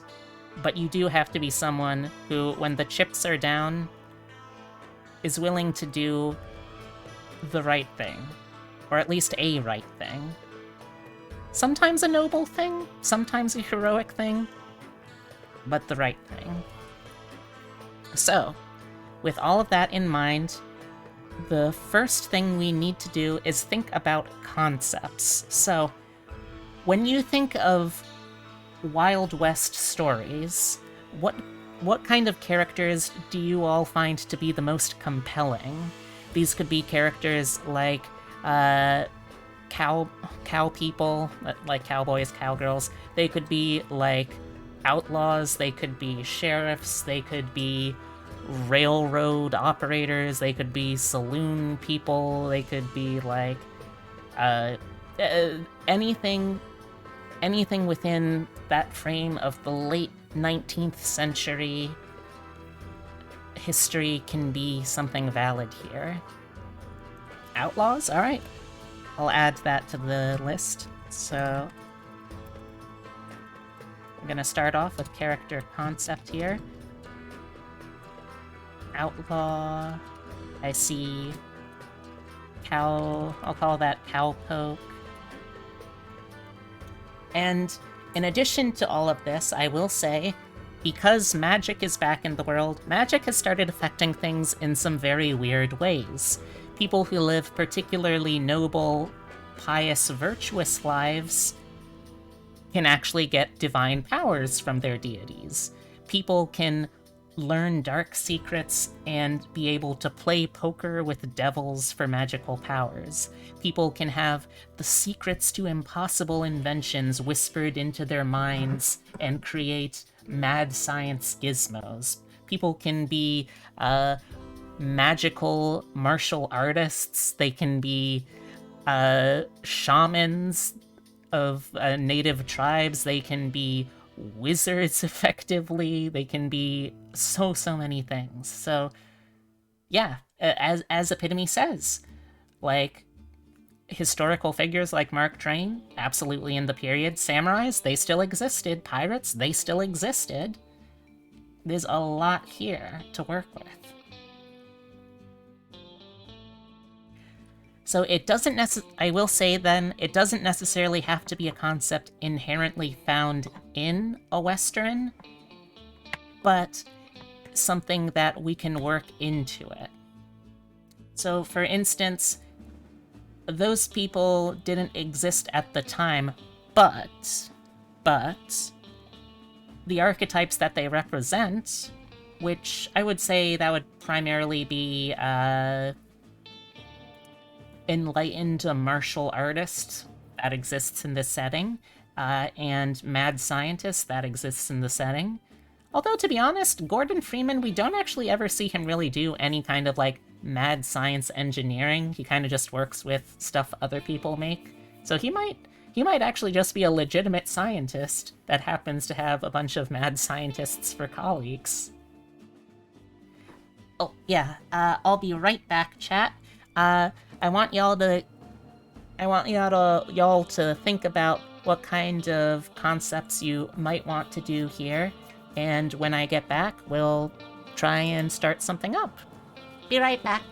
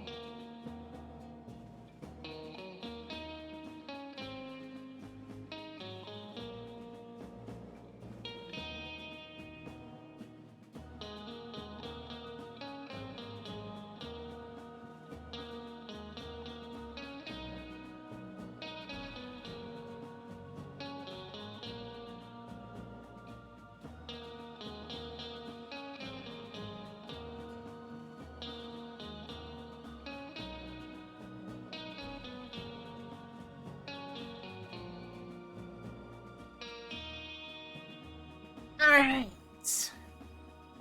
Get comfy. Alright, so, chat, what do you think? Are there any other particular character ideas that you would want to explore?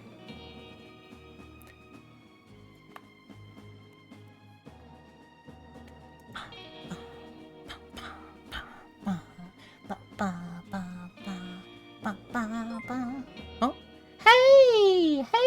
Hello, coffee! Oh my gosh, hello! Do I have a mod in chat? Thank you, Dolgant, I assume, for joining the Warren. Thank you. So also, I think if I did this right, there should be a clip in just a second that appears right here we go. Mia specifically, not to be down bad, like, I want to nibble on her pointy elf ears, but I want to strap a collar on her long neck. That is kind of down bad, I'm not gonna lie. Wow. I'd totally forgotten about that one. Well, hello, Raiders! If this is your first time here, let me welcome you. My name is Beatrix Bunny. I am a taxidermy jackalope brought to life by the power of love and slightly mad science. I usually stream a mix of roguelikes, RPGs, tabletop games, digital artworks, and a whole lot more. Oh, thank you, Fusion Warrior, for giving Coffee a subscription. That's very nice of you. Alright, so, to get y'all caught up, earlier in the stream, I was working on designing a new OC also, if people want to, like, get in touch with me or anything like that, I got a Twitter linked down below, also Discord. You can use the exclamation Discord command if you wanna, but, let me quickly get you caught up. First, earlier in the stream, I was designing a new character that's going to be a future D&D OC. Let me quickly show that one off. So this is obviously just a basic doodle, but this is going to be basically what they look like. Oh, no, not that. Come on. There we go. It's It's a little slime person, little slime lady, and she rides around in a sentient cauldron. But gotta run for dinner. All right. Coffee. Before you go, real quick, one question. Do you have a favorite kind of Wild West character, like a Wild West character archetype? Like, muckrakers, sheriffs, natives, not specifically for Wild West. Alright, character archetypes in general I can also work with. We're just coming up with ideas because I wanted to show how one of my favorite RPG systems works to, like, kind of entice new players because I might be running a campaign of it soon, either on or off air.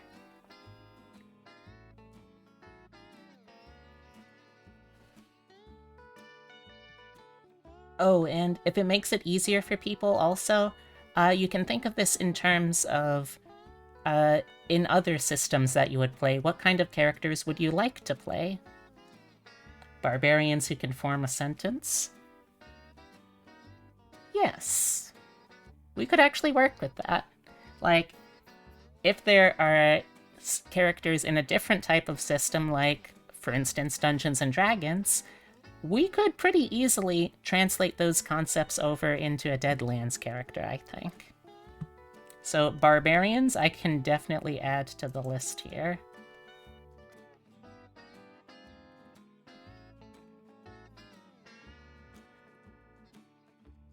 The time traveler who was left behind by accident.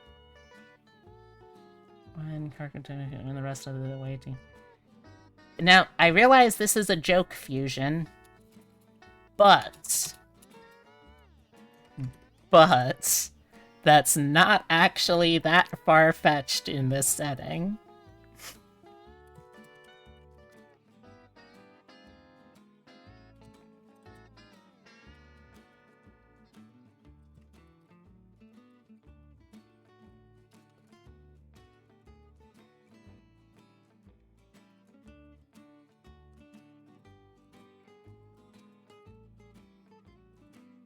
Okay, so I think we've got 4 concepts that we can basically extrapolate into characters now. So what I'm going to do is I'm going to start a poll.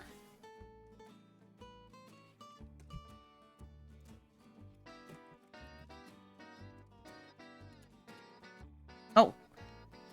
Wait, Epitome, I thought those were, like, suggestions you were giving. I'll definitely include them. Sorry about that. Alright, so let's see. Let's add to the list. Samurai. Pirate.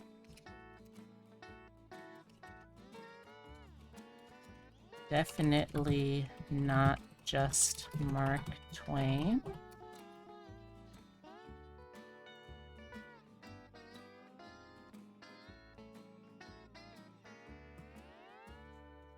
Too late. They're all included now.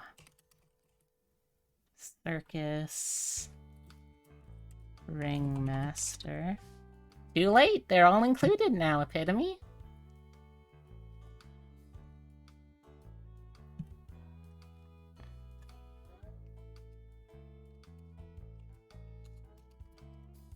Circus. Sideshow. Performer.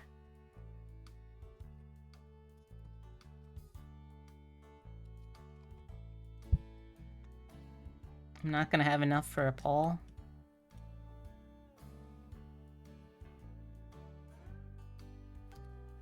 Alright, well, what I'll say is that I would say that some of these could be rolled into each other, so I think we can still make this work.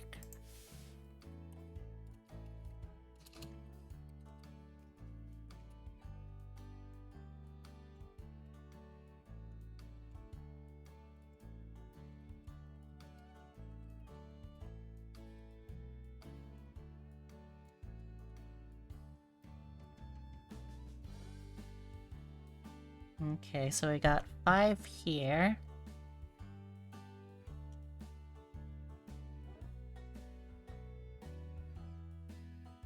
Let's see. Time Traveler could pretty much actually be any of these, I think. Because, like, that could just be how they exist.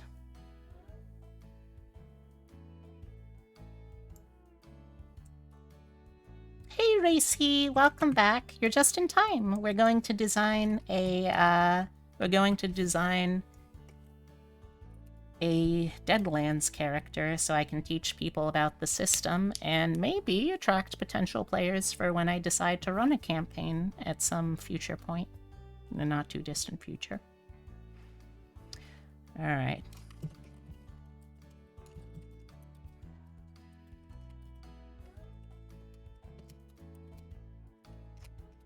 Okay, so...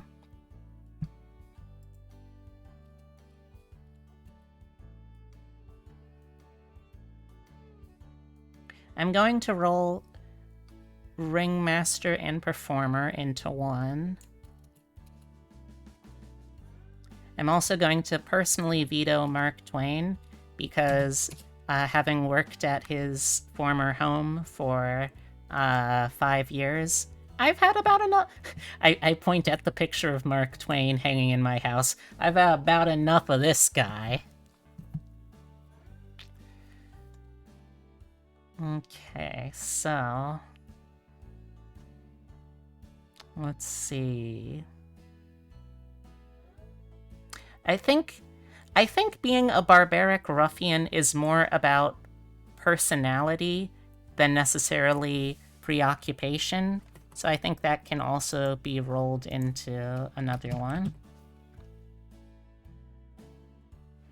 Which just leaves us with 5, which actually works perfectly. Oh wait, actually... going even further, I could roll Outlaw and Pirate together.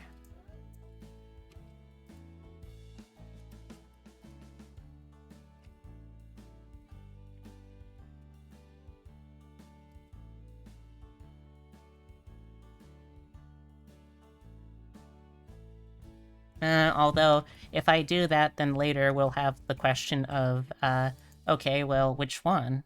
So I'll just keep them separate since I have enough choices. Okay, so... Outlaw. Pirate. Samurai. Cowpoke.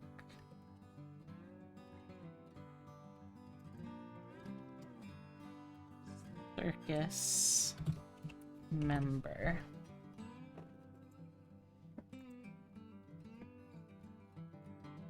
Those exist in this universe, Heavy. They exist too. Alright, so... I'm going to set this one to... I think that chat has been feeling fairly energetic at the moment, so I'm going to set this one to just 2 minutes.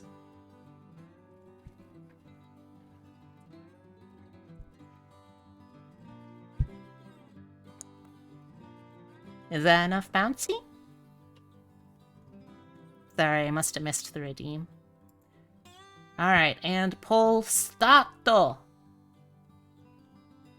Oh, also I missed a hydrate from earlier. Thank you, Dogant. I don't know if you're still here, but if you are, thank you.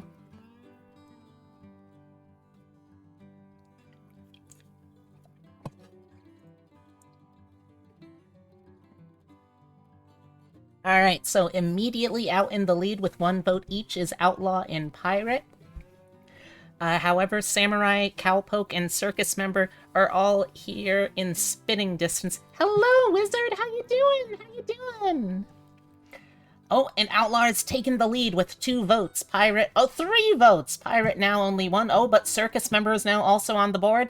We have Outlaw out in first, Pirate and Circus Member tied for second, Samurai and Cowpoke still in the gates, but there's still over a minute left in the vote. It could be anyone's game. Circus member is now up 2. It has taken a strong second place and is tied for first with Outlaw. Pirate still in the running, though. But Outlaw and Circus member. Oh, Outlaw, Pirate, and Circus member all neck and neck. Pirate is pulled ahead now. Oh, but Samurai and Cowpoke are still very much dead. Pirate and Circus member tied 4-4. Pirate takes the lead again. Oh, it's pulling ahead just a little bit now. Circus member still a strong second, Outlaw third, but Pirate has a commanding lead right now. It'll take, what's this? What's this? Pirate, and Circus member's catching up quickly to Pirate. Oh, what's it gonna be? Oh, Pirate is 20-12. Oh, I don't know. I think Circus member might be finished at this point. 20-16. Oh, it's close. 51-42. Oh, it could still be anyone's game. Oh, get those last-minute votes in, chat. Get those last-minute votes in. Oh, which one's it gonna be? Oh, and it is... Pirate. We are making a pirate character. So, sorry, Epitome. It is gonna be firmly a pirate character with 40 votes.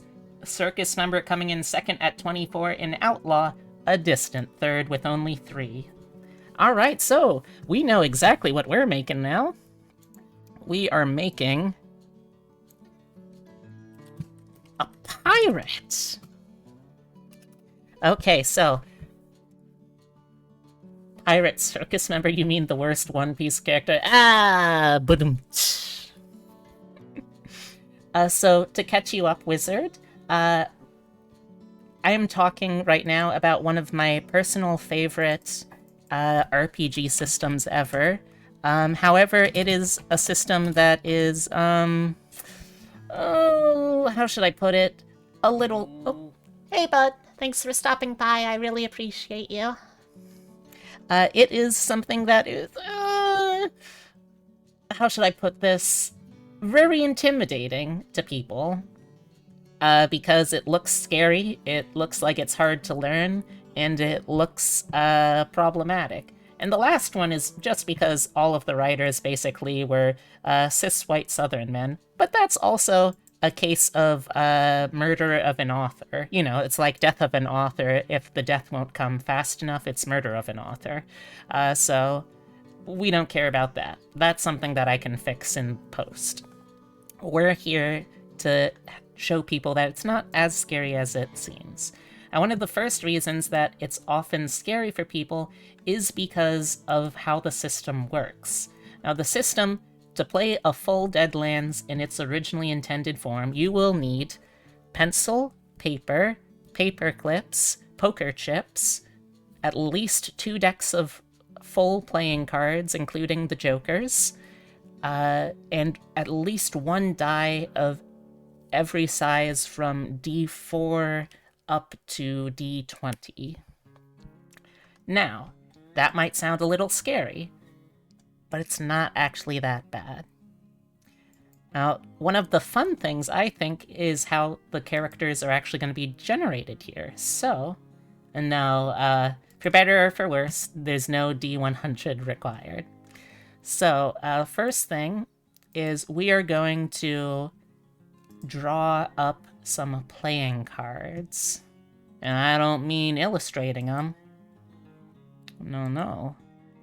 So, as you can see here, we are on random.org, and I am going to be drawing from a full deck of playing cards, jokers included, and to make a character, you're going to end up with 10 stats total, so you want to first draw 12, and then you'll be able to get rid of 2. So, got that. Let's see. Fingers crossed for some good numbers. Oh, what's it gonna be? What's it gonna be? I can't look.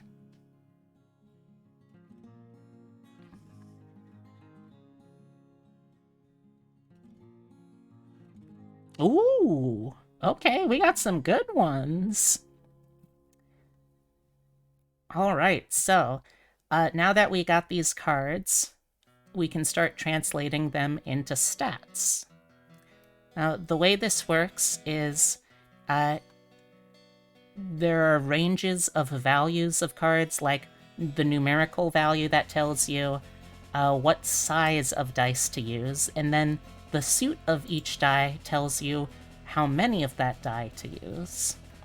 So if something is a club, that's only 1 die. Diamonds are 2. Hearts are 3 die. And spades are 4 dice. Now, a 2 would only be a d4, but a 3 through, I believe it is... I want to say 3 through 8 is a d6. A 9, 10, or a jack is a d8. A king or a queen is a d10, and an ace is a d12. So let me just work here for a sec to figure out what value each of these cards are.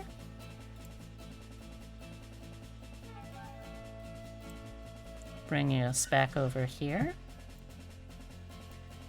Alright, so... And once you figure out what the 12 dice are, rather the 12 stats are, then you go back in to pick which 2 you're getting rid of. The only cards you can't get rid of are the highest and lowest, so you can't get rid of 2s and you can't get rid of jokers. So 2 of spades is going to be 4d4. Now the joker, we know it's a d12, but we'll be drawing another card in a second to figure out the suit, and also that second card gives us something very, very fun later on called a mysterious past, which basically means we get a potentially very good or very bad thing right out of the gate. Alright, so then we got 3d6, 1d10, 10, 4d6, 3d10, 4d8, 3d6, 2d6, 2d12, 1d6, and 4d10.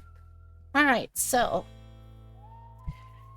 just to speed things along, I'll be dropping the cards that are the lowest value for us, so that means the 3 of hearts that, or rather, sorry, the 3 of clubs, that 1d6 is out of here, as is the 5 of diamonds, since that's only 2d6. So now, the lowest value we have for any of our stats is going to be 3d6, which is pretty good, all things considered.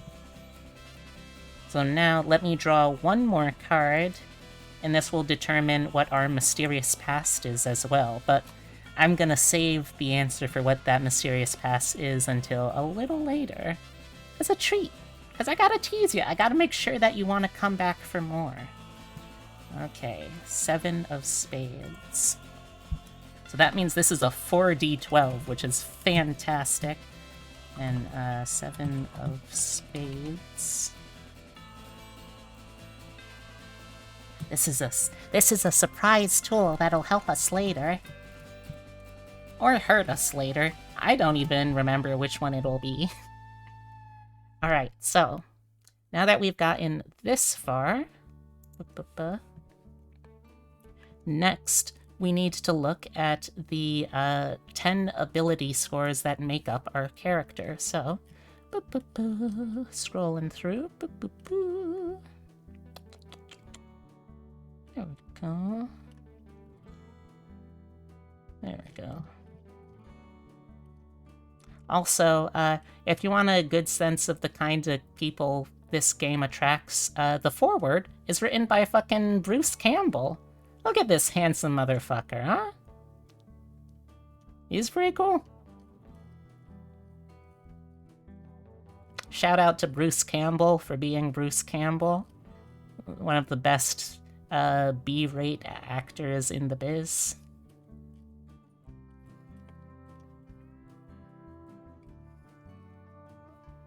So basically, whenever you roll something in Deadlands, you have a specific target number here. As you can see, this goes usually from 3 to 11. You roll the dice, and you want, obviously, to hit the target number or get better than it. The way that you can get better than it, really better, is you can get something called a ace, which basically means that you hit the highest value of that die, you roll again and add that to the die total. And if you get another ace, you keep going. But ones are critical failures, and if you get more ones than you get successes, something really bad happens.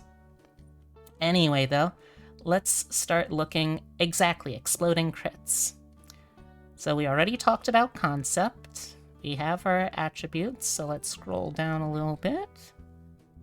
Okay, so now we have our traits. So there are 10 traits total, 5 of them are physical traits, 5 of them are mental traits. I'm gonna go over what each of these traits do first, and then we can, as a group, sort of decide what makes the most sense for the character we're making. Excuse me. So first, we have the physical traits. We got deftness. That's going to be your manual dexterity and your hand-eye coordination. If you want to be able to shoot things real good, throw things, steal things, all of that relies on deftness. Nimbleness is more your agility, your overall physical fitness. So, like, if you want to be good at climbing, horse riding, dodging, fighting, then you want nimbleness. Quickness. Quickness doesn't actually have, with the exception of the quick draw skill, quickness doesn't actually have any associated skills, but what it does is when you enter into a fight, every round you roll your quickness, and that determines how many times you get to act that round, and also when you get to act in initiative order that round. So quickness, if you want to be able to act a lot, you want high quickness. Strength is pretty straightforward. It is literally how strong you are. It also doesn't really have specific skills tied to it, but if you want to be a physical fighter, you want nimbleness to be able to hit things, and then strength to be able to hit things good. And then vigor, which is basically the constitution stand-in. Vigor, again, doesn't have any skills associated with it, but it is still important because sometimes you'll have to roll vigor checks to see if you can power through things, if you have enough fortitude, that sort of thing. If you're going to be poisoned, obviously you want a good vigor. If you're going to be fighting a lot and having the wind knocked out of you, you want to have good vigor, that sort of thing. So those are our 5 physical stats. And you know what? I will write these down as we go. So we got deftness, nimbleness. And this is very much a group effort, chat, so even if your idea wasn't being a pirate or anything like that, you can, and I encourage you to still actively try and participate if you're at all interested, because this is a character we're all working together to make. All we know so far is that they have vaguely good stats and that they are some sort of pirate. We don't know anything else about this character. It's still a largely blank page. Alright, so now we have the mental traits. First up, we have cognition. Cognition is your perception and your general alertness. So this is a pretty important one, I personally find, because a very, very common check, in my experience, is rolling cognition to see if you notice, oh hey, there are monsters here. That's not good. So that kind of ability to be alert and notice things, that's cognition. Knowledge, that's your book smarts. That is your higher education stuff. Very useful still. Mien is your charisma stand-in. If you want to be a very sociable hero, whether that be for, like, positively social or negatively social, you need me in.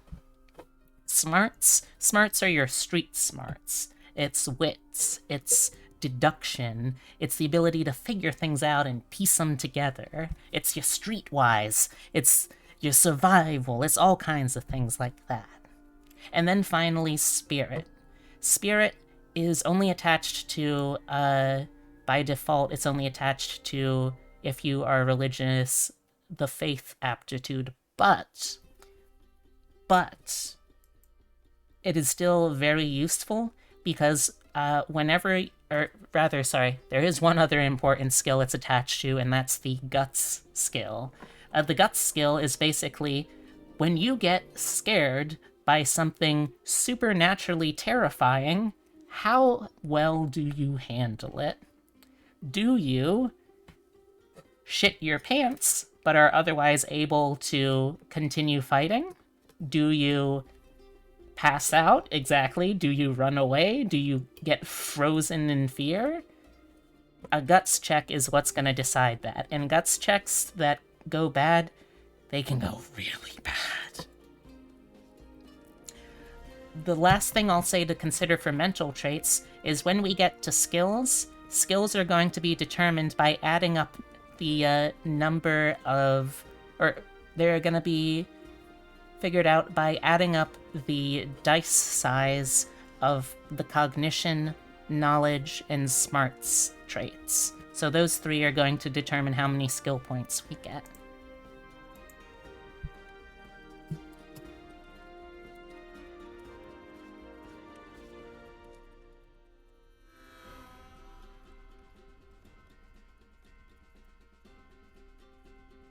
Alright, so I figure the best way to do this is going to be basically going down the list. I'm going to go one by one through the different traits that we have in the top section, the top bit here. And when I get to a trait, in chat, I want you to shout out which of the 10 traits you want me to assign that number to, and that'll be that. Okay? Okay. So, starting up with the lowest, 4d4, which trait are we putting that in?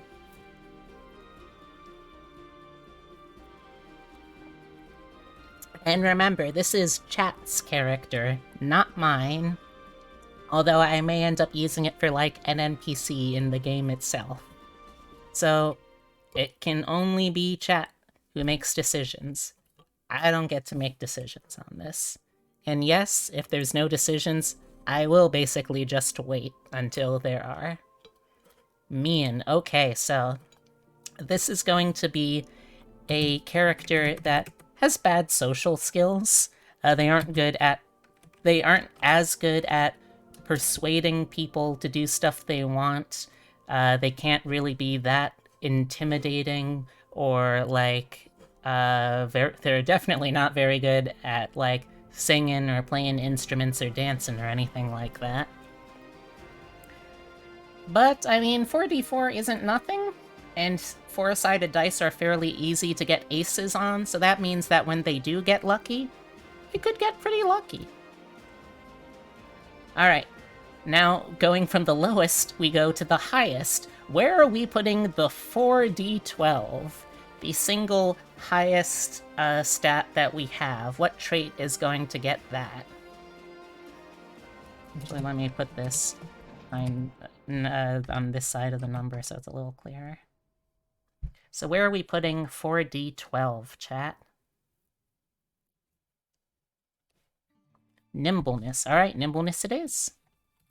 4d12. Very nimble, very, very physically fit pirate we got here. Alright, 3d6. 3d6, this is like very much middle of the road. If you are making an NPC that's just a normal person, 2d6s and 3d6s are usually going to be what their traits look like for the most part. So what are we looking at for 3d6?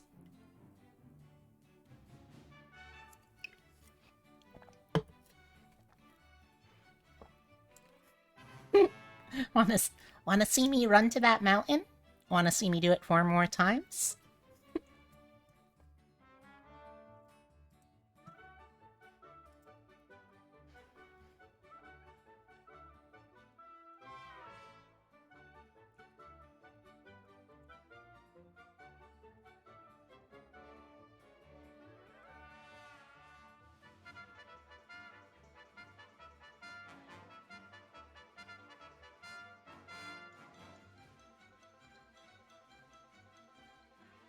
Remember, anyone can suggest these. Even if you have no idea what's going on, you're still more than welcome to suggest.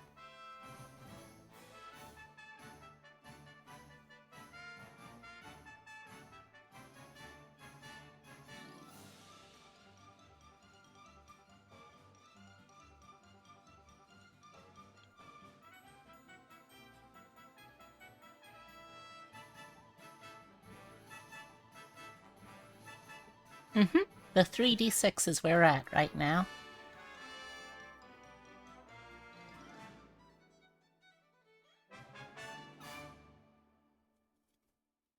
Strength? Alright. So, or no? It sounds like we've got a dispute in chat. Which one's it gonna be?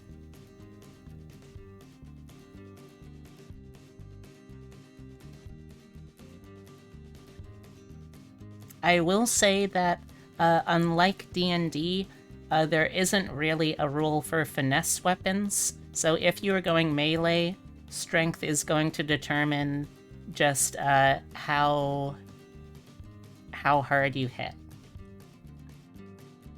So if that changes anyone's mind.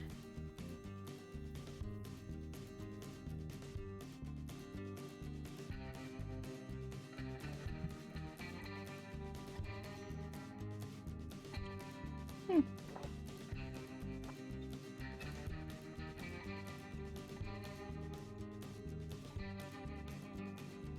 3d6 sounds like spirit? Alright, we can put in spirit.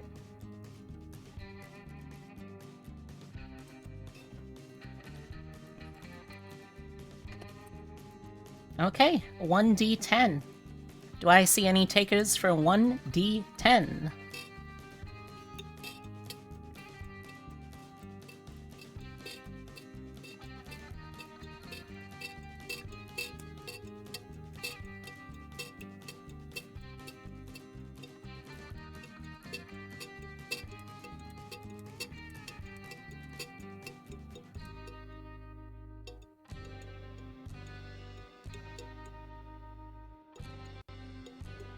Alright, I see knowledge.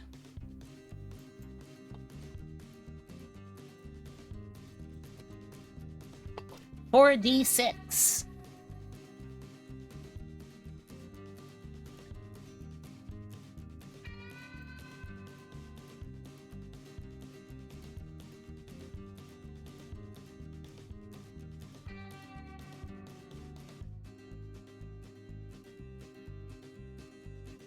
I don't know.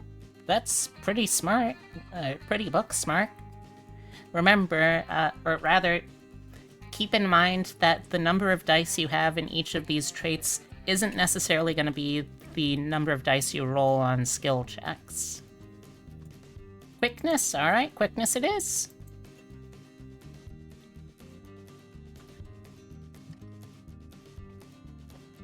Alright. We're on to 3d10. What is going to get 3d10?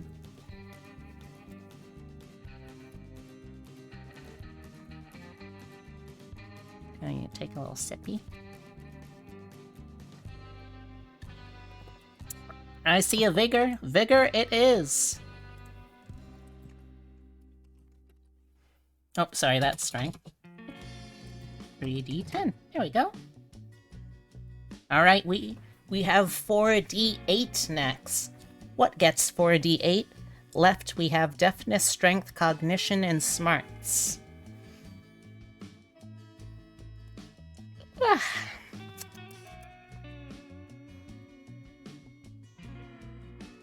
And chat, remember, anyone in chat can speak up. even if you are just a humble, noble lurker, you too can participate if you want to. Alright, deafness.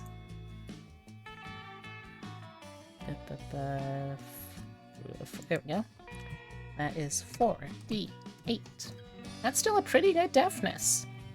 Like that's pretty good. Okay. Next is 3d6.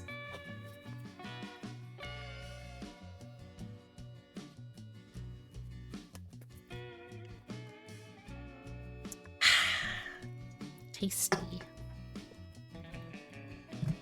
Smarts. Alrighty.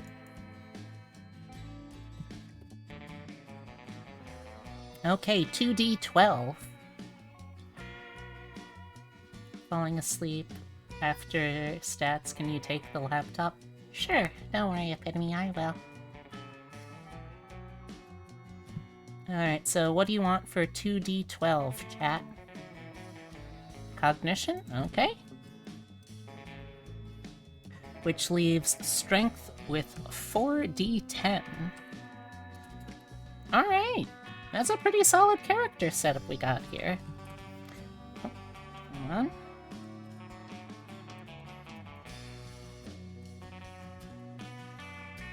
Okay.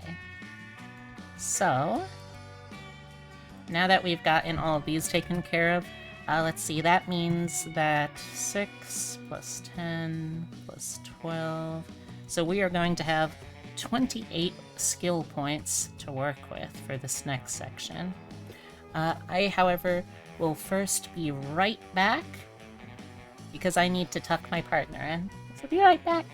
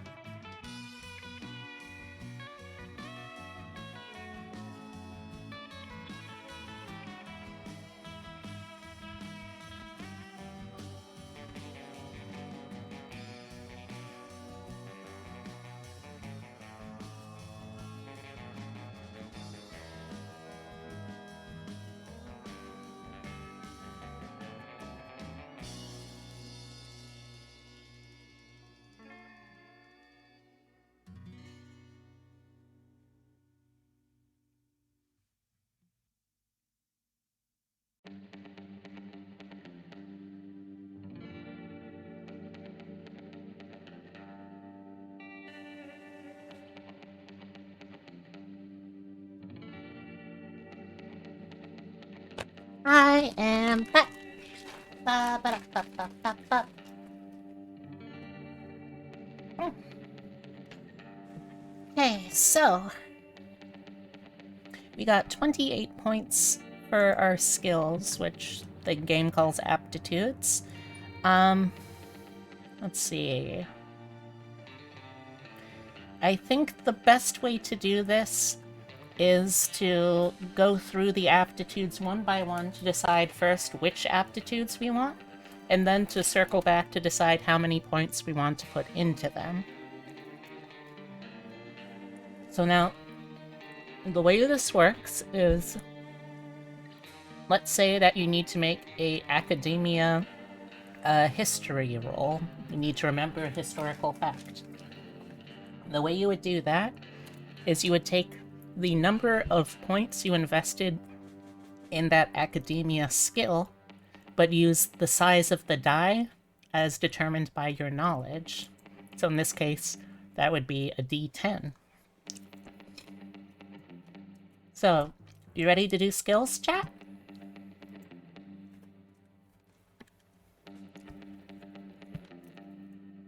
Oh.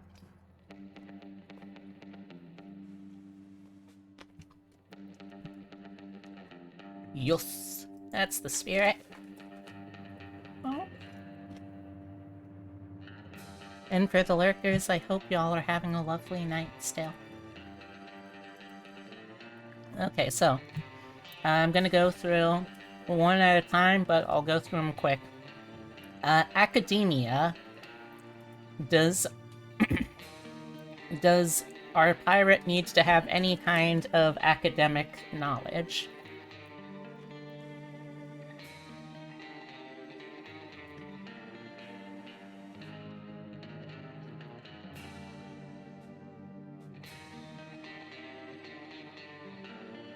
Okay.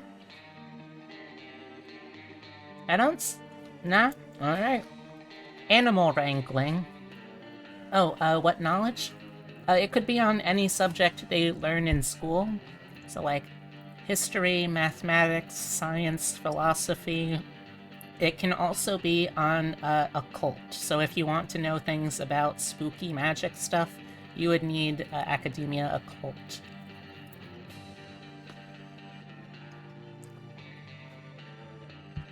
Alright. Maybe?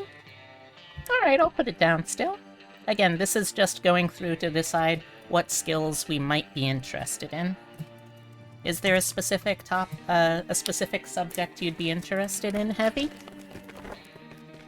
Ah, academia occult, got it. Okay. Next is animal wrangling. Do we want our pirate to be good with animals of any particular sort? Could be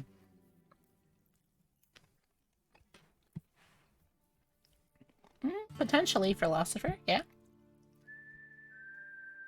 Okay, I don't see any positive for animal wrangling. Now area knowledge they actually get for free at level 2.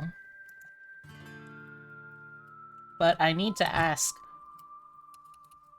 because area knowledge, the starting value you get is determined by where you're from. So, where is our pirate from? And this could be anywhere in the world. Somehow they ended up in the United States, but they could have started their lives and have grown up anywhere.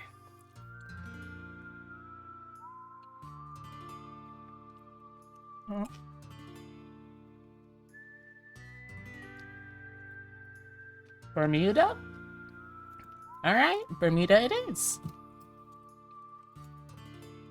And they start off with 2 levels in this. If you want, you can raise the level higher. The highest a starting level can go is 5. Alright. So, artillery, things like cannons, Gatling guns, or rockets. If you're going hard stereotypical pirate, you may need artillery depending on what role they play on the ship. But this is also a weird alternate histories pirate, so maybe they use different stuff.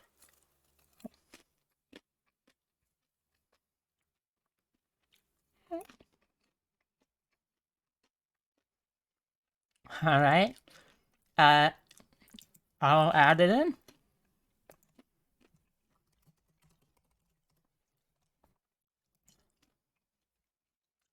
Alright. Are they an artist?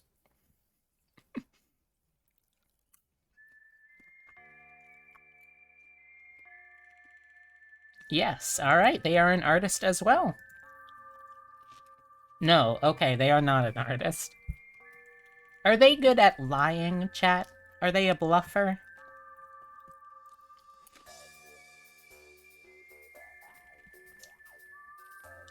Oh.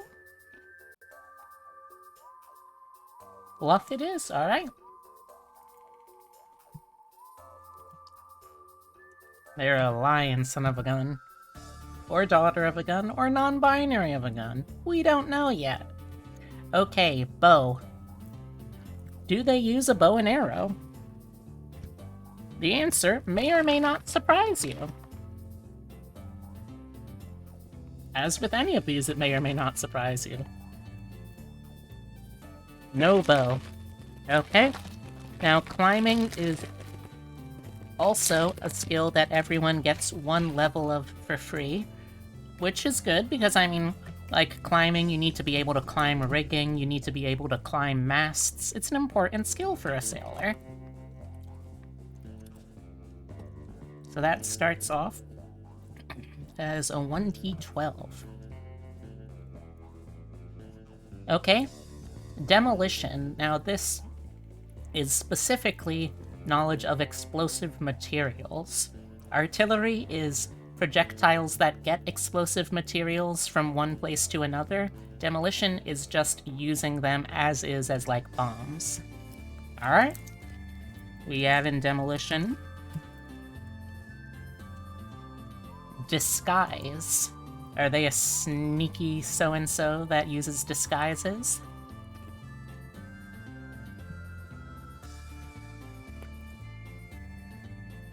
I'm going to interpret that as no.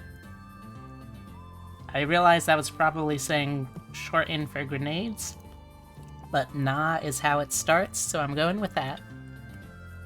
Oh, nope, actually we are. Okay.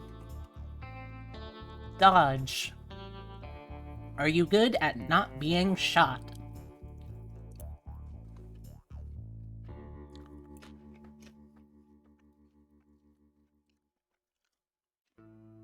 Alright.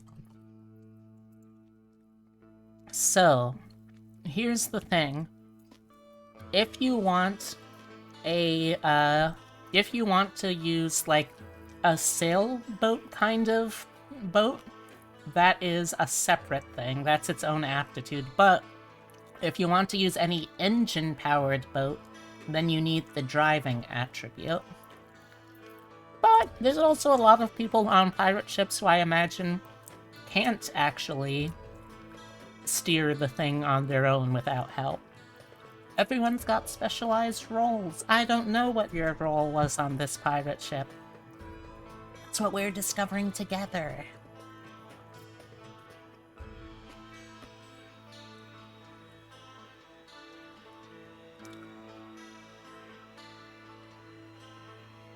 Driving, so, like, let me scroll down to make sure.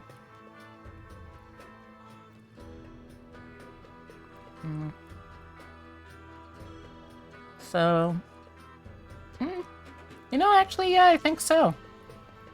Scratch what I just said. If you want to be able to steer any kind of vehicle that isn't, any kind of vehicle that isn't pulled by a living animal, or literally is a living animal, requires driving.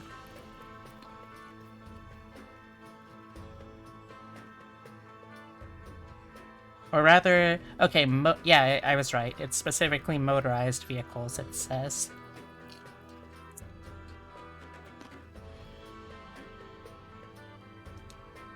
So do you want to have a steam-powered pirate ship? Or is this a more traditional wood and wind pirate ship?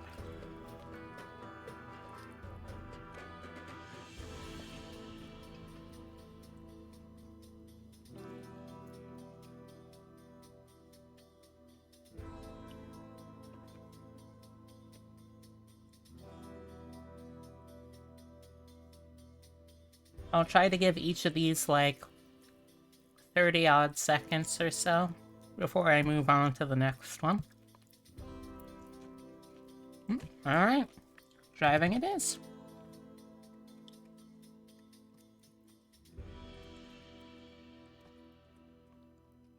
Okay. Too late. It's added to the list now. Alright, faith. Do they have faith? Do they gotta have faith? Ah.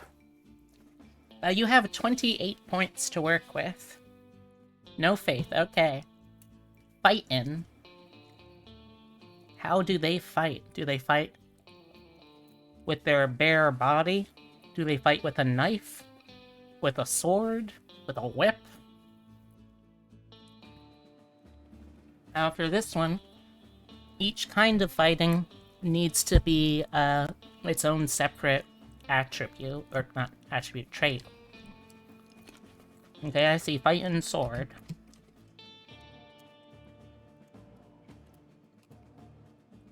fighting S-word. Okay. Oh. Alright. Oh. So, next, filching. Filching is like pickpocket level theft. Trying to be very sneaky and not noticed about pilfering people's pockets.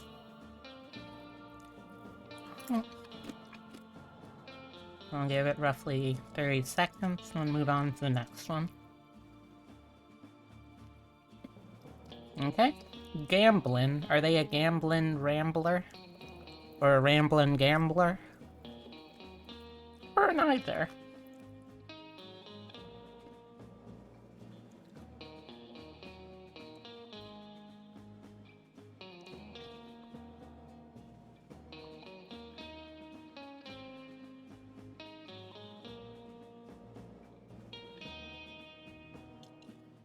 Alright, moving on. Oh, sure. Alright.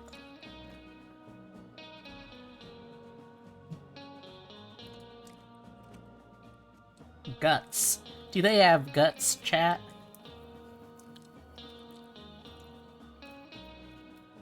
Does your pirate have guts? Or are they just some lily-livered fair-weather sailor?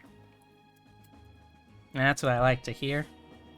Alright, does this pirate have any kind of supernatural powers?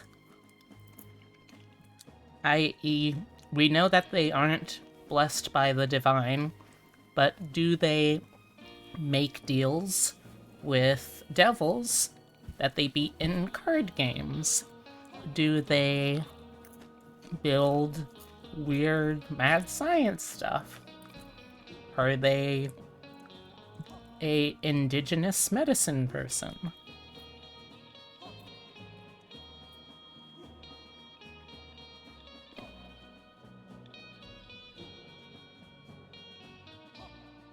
Okay. Horse riding. Can they ride a horse as well as they can ride a boat?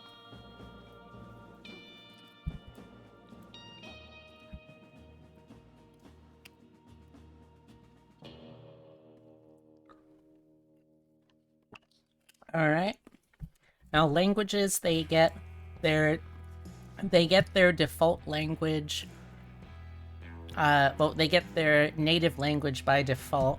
So I don't remember what Bermuda was speaking like as its primary language in this point. I think it was, I want to say it was probably either English or French. English, okay. So you have language English by default. We don't actually know yet if you are illiterate, because that's something you can decide on later. But we know you can at least speak and understand spoken English. Leadership, are they a leader pirate, or are they like... basically, are they the captain and or commander of a pirate ship, or are they just like one of the people who's there for the pirateering and not so much for the leading?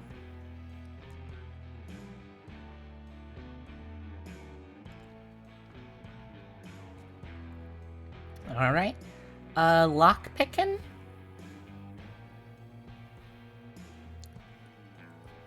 You know, I'll just start listing all of the ones on the same page. Lockpicking, mad science, or medicine? Any of those?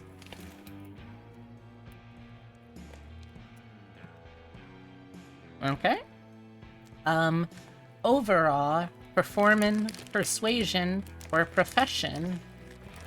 Oh, Heavy says mad science? Alright.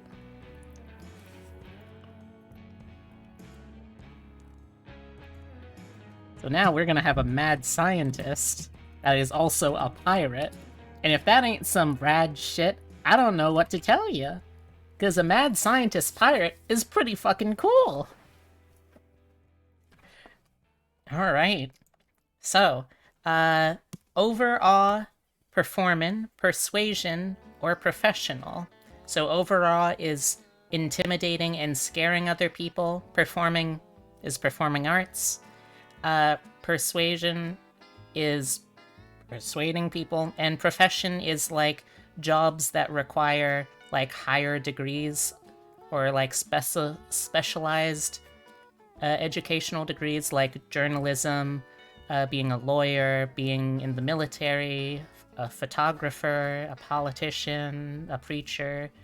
Well, I mean, you say that, philosopher, but if we look at the stats, they've got a 1d10 in knowledge.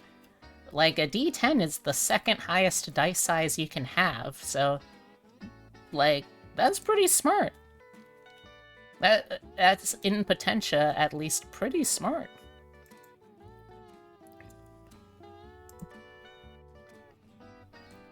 So, any of these skills you want, or shall I move on to the next page? While I fill out another handful of low-fat cheese popcorn.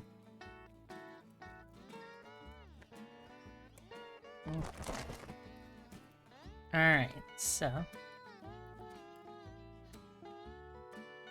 Okay.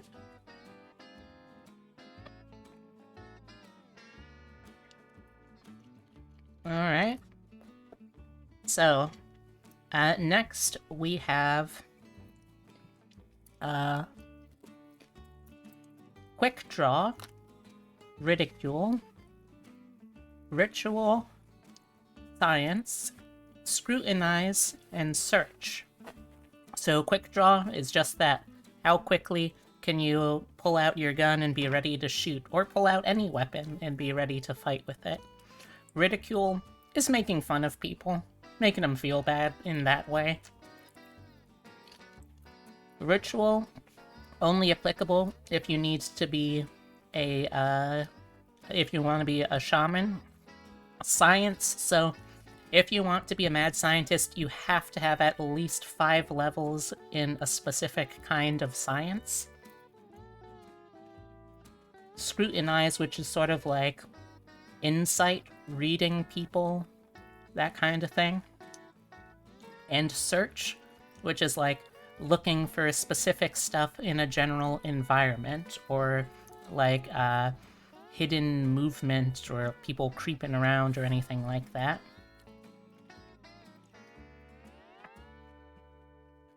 So, we know you need at least the science aspect.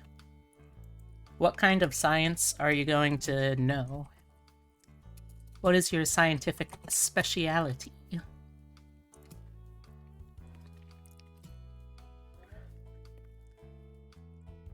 The science specialty usually informs what kind of thing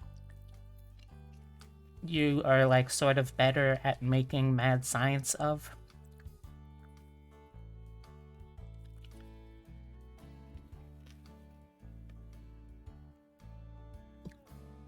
Oh. Biology. Interesting.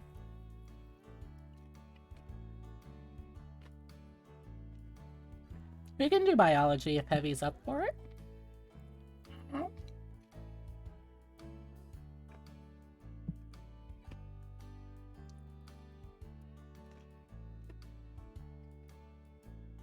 Alright. See, I love this because since it's not me making the character, I have no idea what y'all are gonna pull. Like, looking at the character skill list, I see, okay, artillery, demolition, they're probably gonna pick, like, science, chemistry, or science, physics, or, like, ballistic engineering, or whatever, but no, biology, that hits it right out of the park.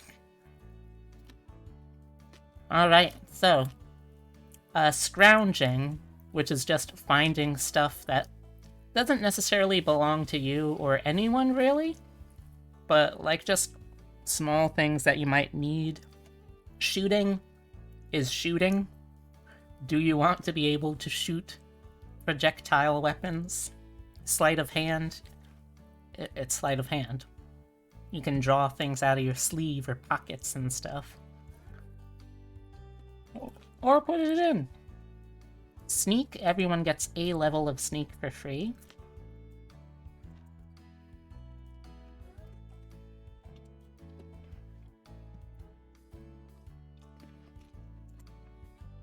And speed load, if you want to very quickly fill up your gun.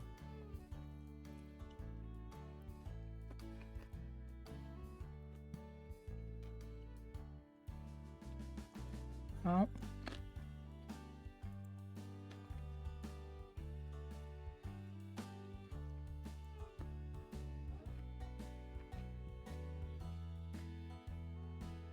Hmm.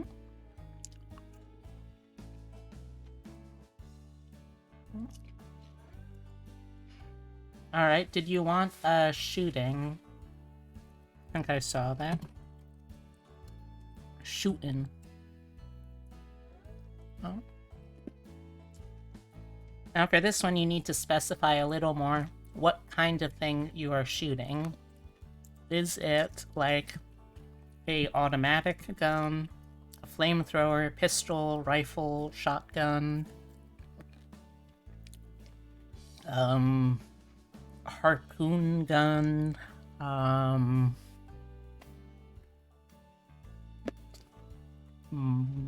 musket? I'm just trying to think of different kinds of guns at this point. Oh, hey, Umbra! Handguns. Okay, so pistol it is. Thank you, Umbra, for the hydrate.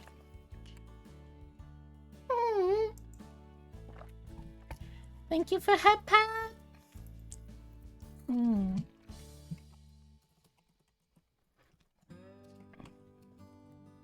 Okay. Streetwise. Are you streetwise? You know how to get information and stuff from seedier parts of towns and cities. Survival, which would be how good you are at surviving in natural environments of specific sorts. Swimming. Tale-telling, which is how good you can tell stories that lift people's spirits and inspire them to bravery and great things. Teamster, which is controlling vehicles powered by animals that aren't actually animals, like just animals. Or throw-in, which is throwing.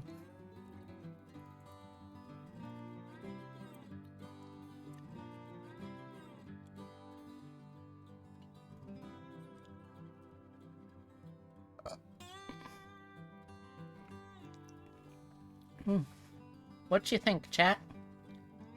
Any of these skills you want?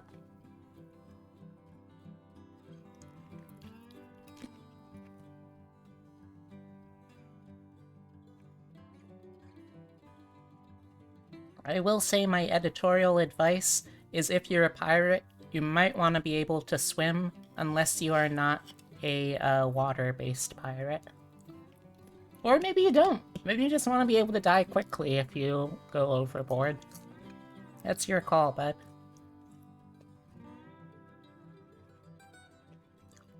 Oh. Oh. Alright. Now, I will say... That's true. That's true, Philosopher. Now, for the last ones here, we have... Tinkerin, which is your ability to fix machinery.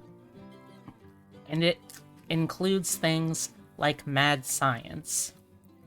So if you want mad science, I would highly, highly recommend taking Tinkering 2, so you can actually make things that don't break down and stay broken.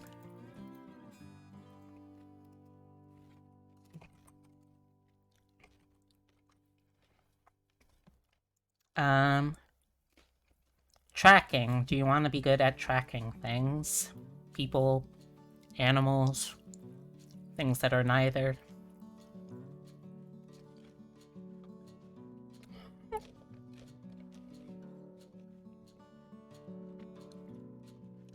Well,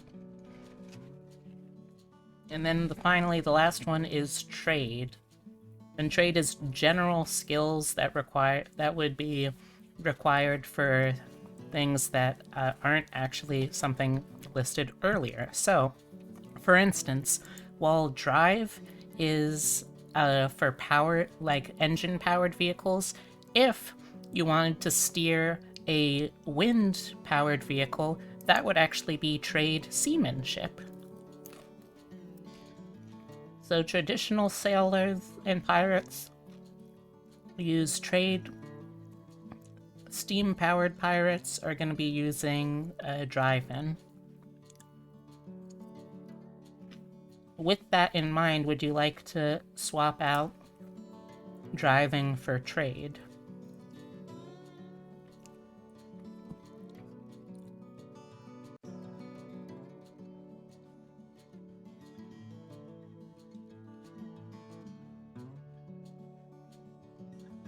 Nah, Mad Max all the way. Alright. Okay. So. Now it's time for everyone's, favorite part. You had so much fun sewing. Now it's time to reap. So, how many points of our 28 do you want to put in each of these things? You start off with, this much of those things. Let me just make sure.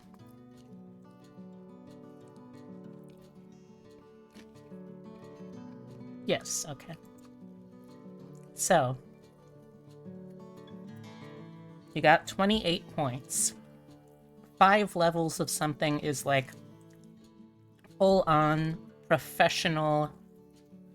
You could do this for a literal living. Oh, uh-oh. Nope, oh. I briefly got disconnected from chat, it looks like. I'm back. How many skills you got in total? So, in total, you have listed 1, 2, 3, 4, 5, 6, 7, 8, 9, 10, 11, 12, 13, 14, 15, 16, 17, 18 skills. One level of something would be like someone who, like, can do it, but they don't have to on a regular basis. Okay, I see 5 for Mad Science. So, Mad Science, that is knowledge. Yep, so that is going to be 5d10. Okay, so we know that that is already 10 points, because biology also has to be 5d10. Also, just to make sure that y'all are clear on this, mad scientists make stuff based off of their specialty. So if you want to be a mad biologist, that's cool. However, if you want to be able to make, like, steam-powered pirate ships or special cannons or anything like that, you can't exactly do it with biology. There's a lot of other cool things you can do, but you can't really do that.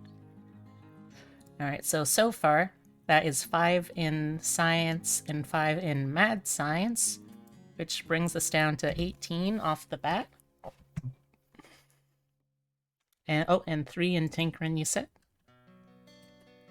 So that is based on smarts, so that's 3d6. Oh, and this should be 1d... Oh. Yeah, I guess you can do that. I mean, demolition is the skill used to... Let's see.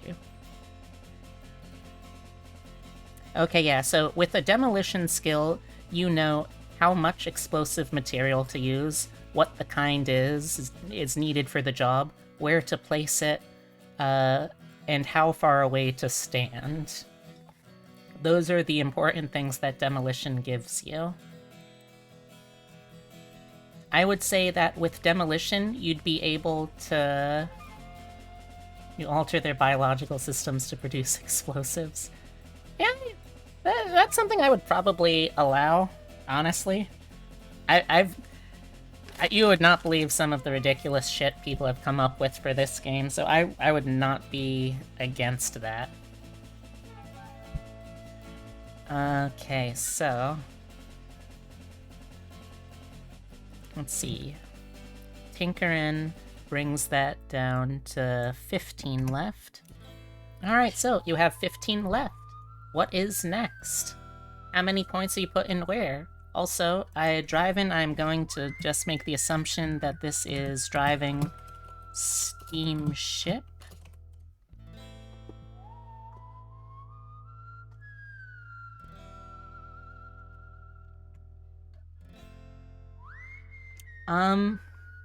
Well, that depends. If you are trying to catch the seagulls, I would probably call that, a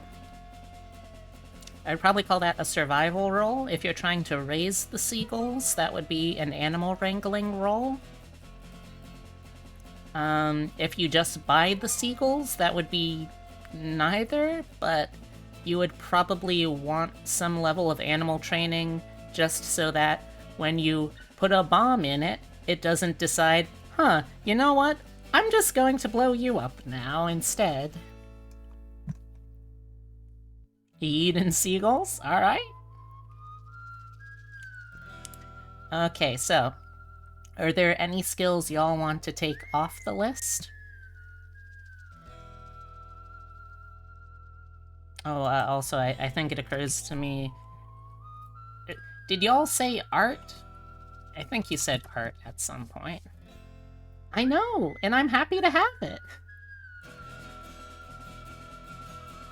Oh, artillery was that one. Okay. Alright, so, what do you want?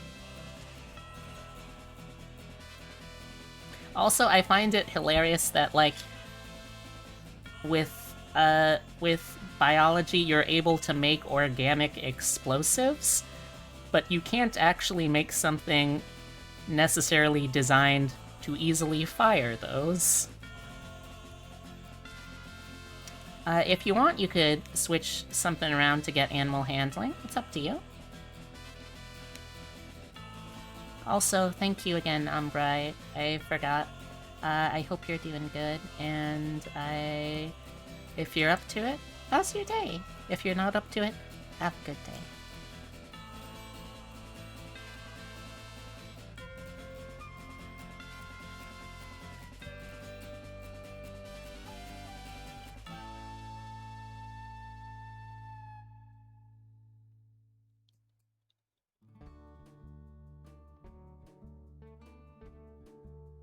That's true, you could also chuck gophers.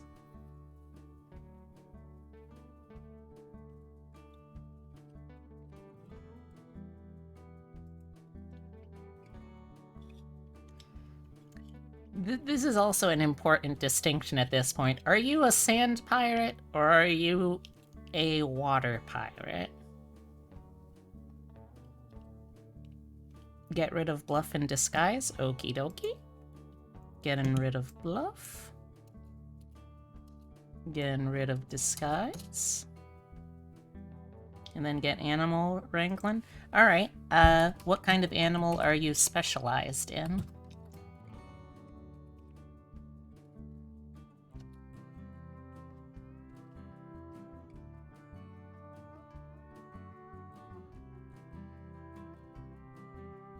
It could be anywhere in the continental United States. And to be honest, at some point I would probably extend it to the non-continental United States, because my goal is to eventually have Deadlands that just is the world. It has to be more specific than mammals. I could accept a specific kind of mammal, like rodent, or dog, or horse, but it can't just be mammal.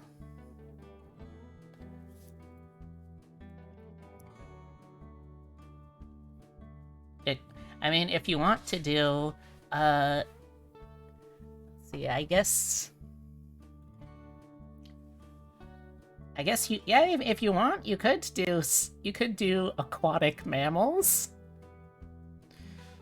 That seems specific enough to me. Because what, that's like dolphins, manatees, whales.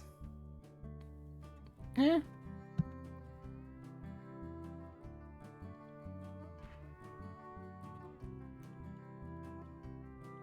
What's it gonna be, fellas? And I use that in the purely genderless form, obviously.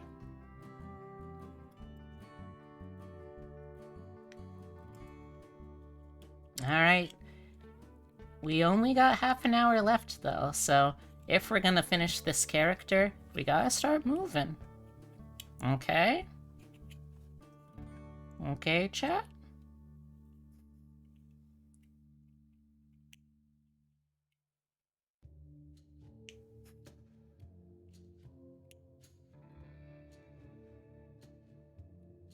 And if there's no answers at all, then I'm just... Well, without audience participation, I'm just gonna have to switch over to a different segment. Also, whoops, it should not be that. I wanted this to be tabletop RPGs. I'll give it another minute till 10:30 to see if we get any more responses from them. While I wait, though, how's the rest of chat doing? Y'all have been so quiet tonight. Thank you again for the raids. I feel like I really need to get back in the habit of shouting out raids on Twitter later.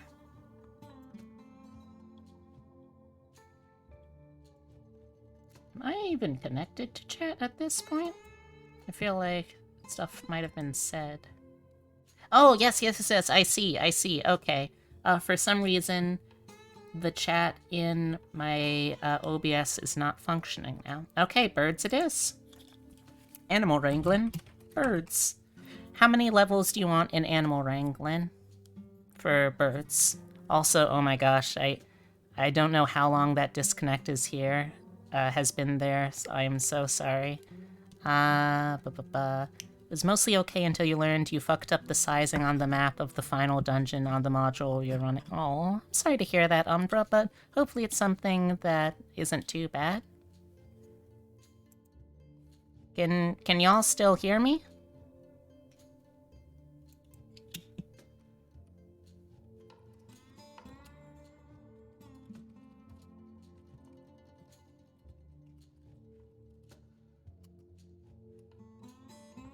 Oh, you can still hear. Okay. Alright. Yeah, so I just got caught up on chat. Yeah, that is weird. I don't know why the chat input is broken, but yes, I can see you now. Okay, so how many levels do you want an animal wrangling? How good are you at birds? 2. You are 2 points good at birds. Okay, and I believe animal wrangling was mean-based? Yes, it was. Okay, so that is going to be 2d4. So you're not great at animal wrangling, but you could get lucky. Get rid of guts? Okay, if you say so. You sure you don't want to get rid of stuff like gambling or anything? Get the hell down here! Well, Heavy, that's why you have, like, bait and nets and stuff like that.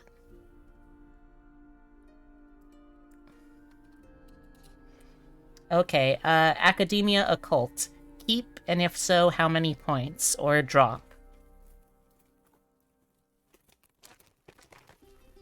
Do you want to know anything about the demons giving you ideas for new mad science stuff to make.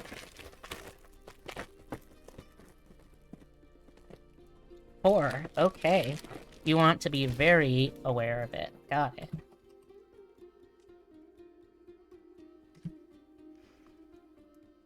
Okay.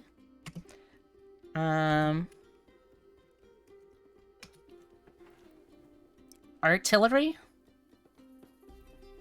And alright, artillery. So you have for skills left that don't have anything assigned: artillery, demolition, dodge, drive-in, steamship, fight-in, sword, guts, and that's it.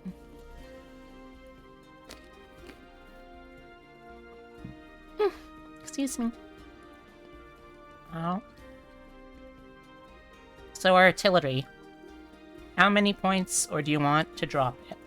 Okay, I see 3 for a ship. And I believe ship driving is nimbleness. Yes.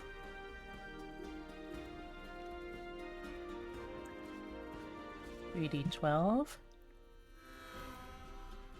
Dodge 2d12. Artillery 2, I think that was cognition. Oh. Yes, cognition. So artillery is also 2d12. Sword. Okay, wait, let me see. 2, 6, 8, 10, 13, 15, 18, 23, 28.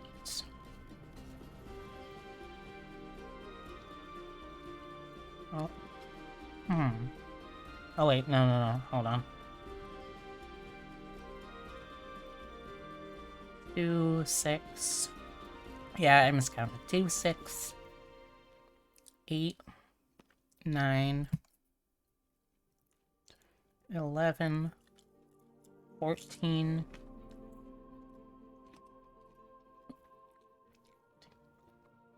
16, 21, 26. Okay, so you have... Oh wait. Did I count that? Let's try counting again. 3, 8, 13, 15, 16, 17, 18, 19, 20, 21, 22, 26, 27, yeah, 28. That's all of the points you have. So, that means cutting, demolition, guts, and demolition and guts. Is that something you want to do, or do you want to rearrange your points more?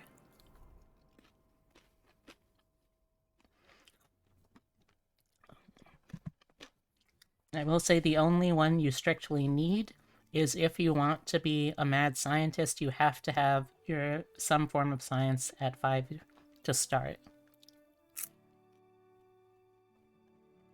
Well, then you're gonna have to cut points from somewhere. Or take a Devil's Bar again, which would come up later on.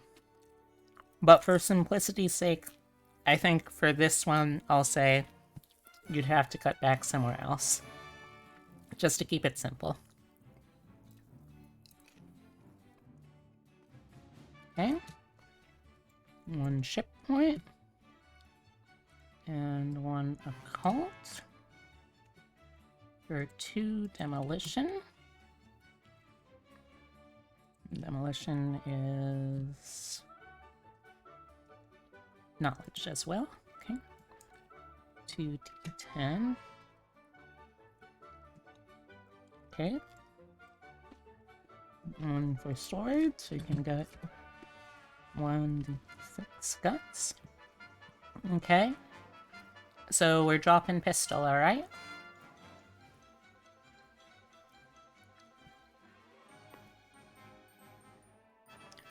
Huh? Alright. Farewell, shooting pistol.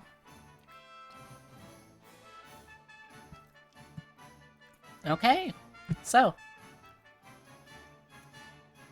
Now, we can do edges and hindrances. So, edges and hindrances are going to be things that, well, hindrances make us worse. Either they're specifically role-playing things or they're things that actually affect the characters mechanically.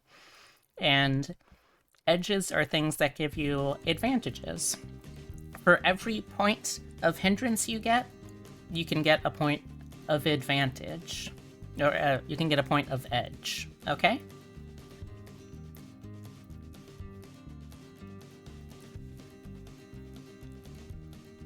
Well, don't worry. You're basically just giving up the smallest kind of gun for Philosopher for the biggest kind of gun. Alright, so since there are so many hindrances, instead of going through the entire list of them, I want you to tell me in chat what is wrong with our character. What bad hindrances do they have? And then I'll look through real quick to figure out how much they're worth.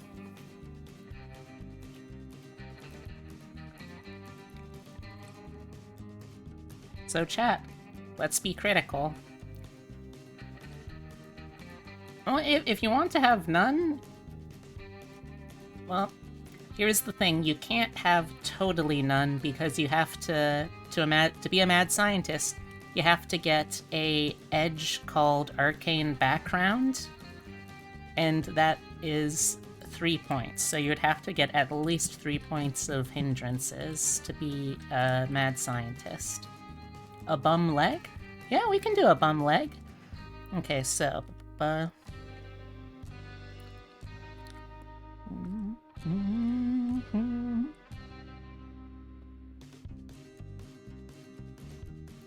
I would call that lame. Do you want to be one-legged, period, or do you want to have a limp? Because a bum leg and a peg leg are very different. A bum leg would be 3 points, a peg leg would be 5 points.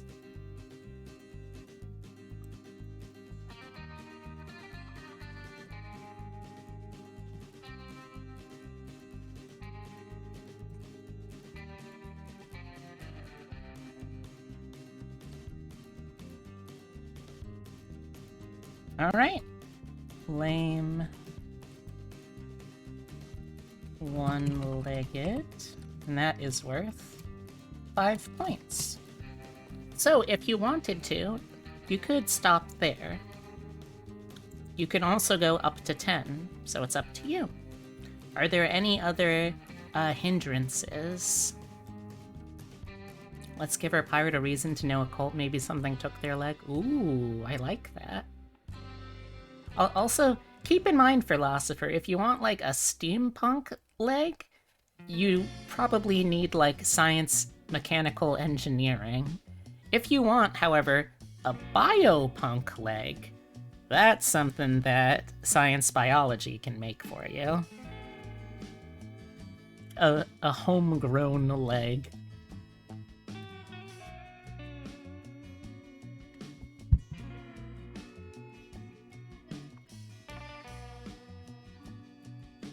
So are there any other...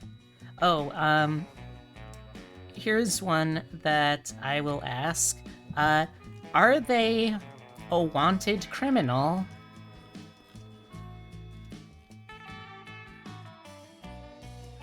And if so, just how badly wanted are they? Like, is this a pirate that has actually successfully engaged in piracy at this point? Pirate make a fish leg, a burb leg. Oh god.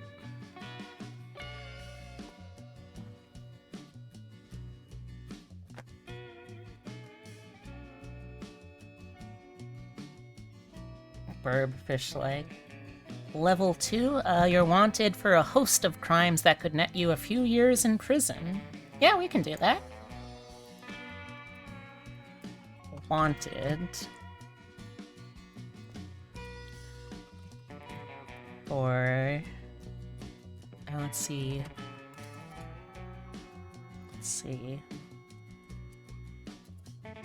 For larceny and piracy. -2.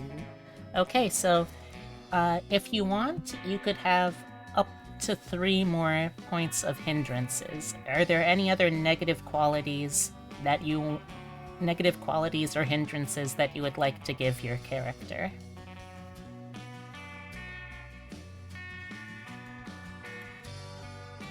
Another one I could suggest, do you think that they might be an outlaw?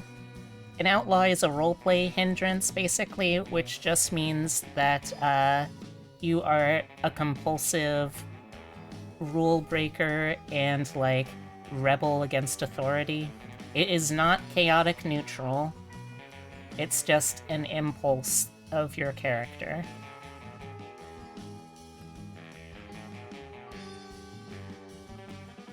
But you also already have 7 points, which is pretty decent.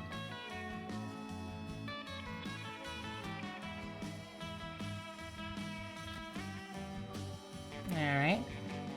I don't see anything coming in from chat, so I think we're good. Alright, so now we move on to edges. So, the first one I know that you have is Arcane Background. Mad Scientist.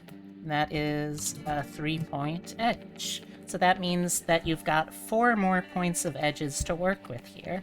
What are some other advantages that our pirate friend has? Oh, what? I'm just scrolling through here, but, like, one of the first things I see is, belongings. Level 4 belonging could be a ship. That might be useful, unless you don't want to be the ship's owner. Because if you don't want to be the ship's owner, then you don't have to own a ship. You can just be a part of their merry band of rogues.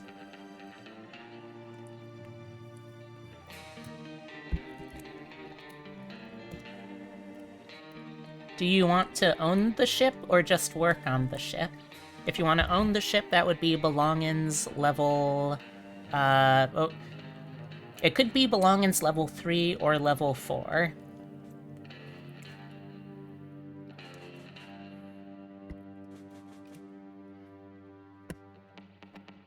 If what we're talking about is pirates... So here's another important question. Are you river pirates? Like swamp pirates? Or are you like open ocean pirates? Because if you're like inland water pirates, then you could get away probably with a level 3 belonging riverboat. But if you're open water pirates, then you definitely need level 4 for a full-on ship.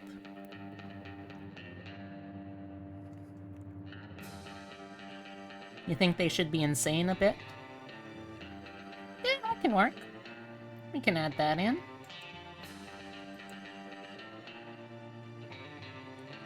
Alright, so... belongings...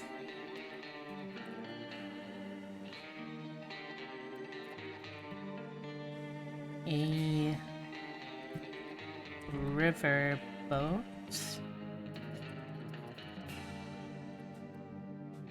pirate ship. Okay, so that is 3. So... that leaves you with 1 more point. So let's look at things that are just 1 point. Big ears, they're good at hearing things. Dinero, they have a little extra money to work around with. Eagle eyes, they're good at seeing things. friends in high places. They have people that are useful to know. Mechanically inclined, if you get that, you add +2 to any rolls involved with fixing or understanding machinery, including tinkering and mad science. That's a possibility.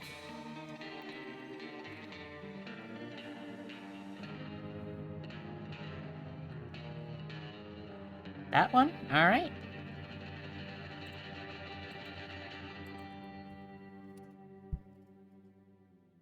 Mechanically inclined.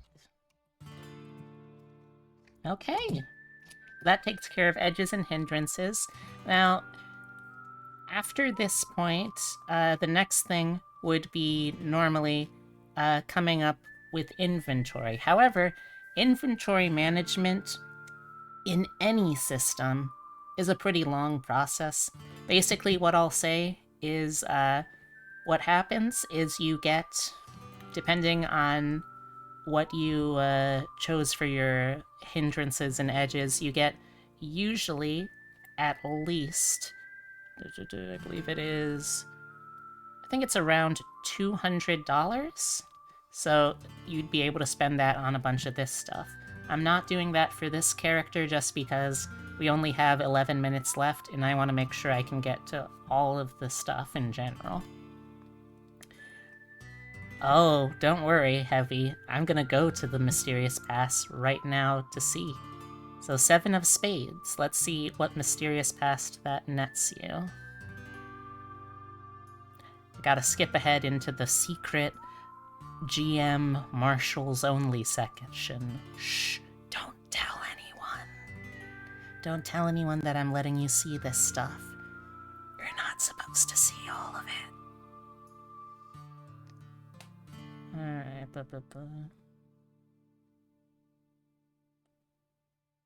Oh, by the way, all of the mad science stuff is in some way powered by Ghost Rock, which is a solidified mineral form of the souls of the damned.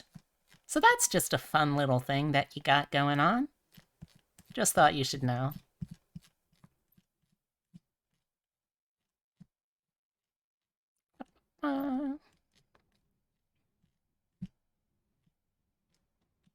Okay. Let's see. I don't know why I didn't do this first. Mysterious Past.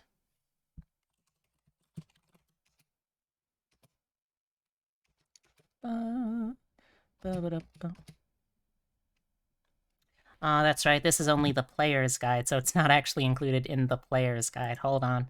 Let me get my expanded rulebook out.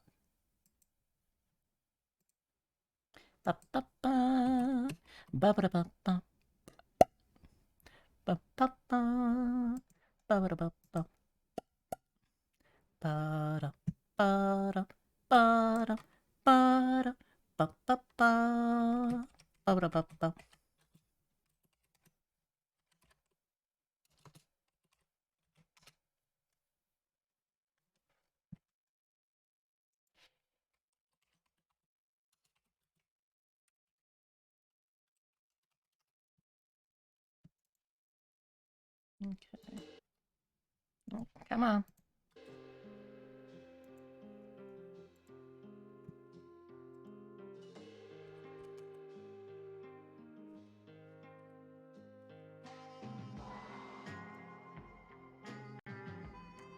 They are things that I downloaded ages and ages ago.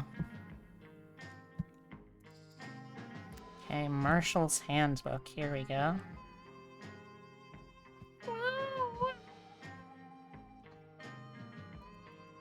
Alright, here we go.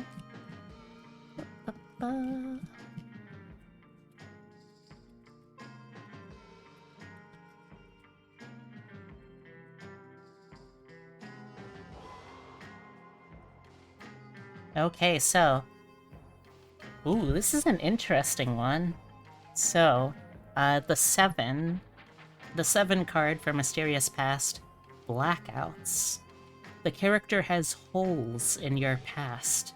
You can't quite remember certain periods of your life. You probably don't even know that you can't remember them. What happened to you during these blackouts is entirely up to you and the needs of your game. They might occasionally experience glimpses into your own mysterious past. These visions eventually make sense, but they just confuse and confound you until the past finally catches up to you. There you go. That is your secret past. Your mysterious past. Your past is so mysterious, you don't even know what it is.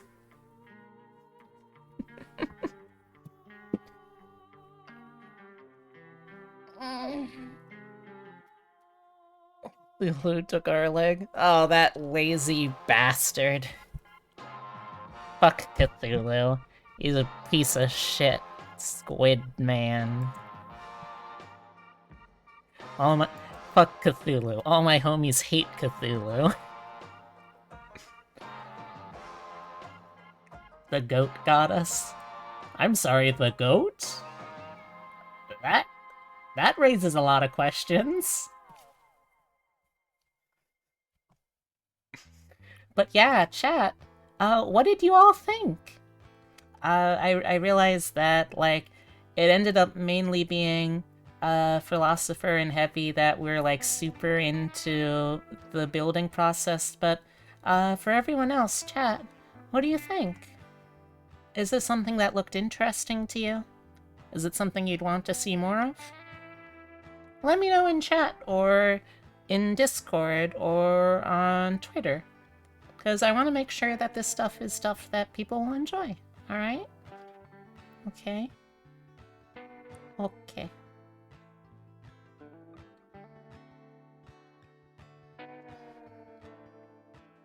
I think it's a goat. Sounds like a goat name.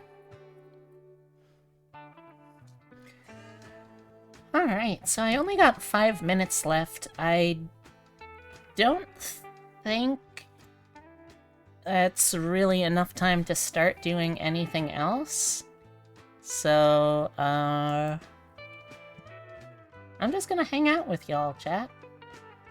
How you doing?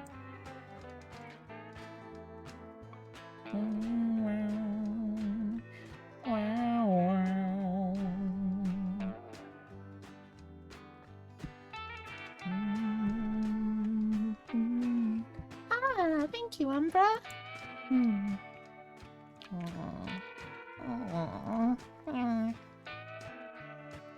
But chat, what did you think?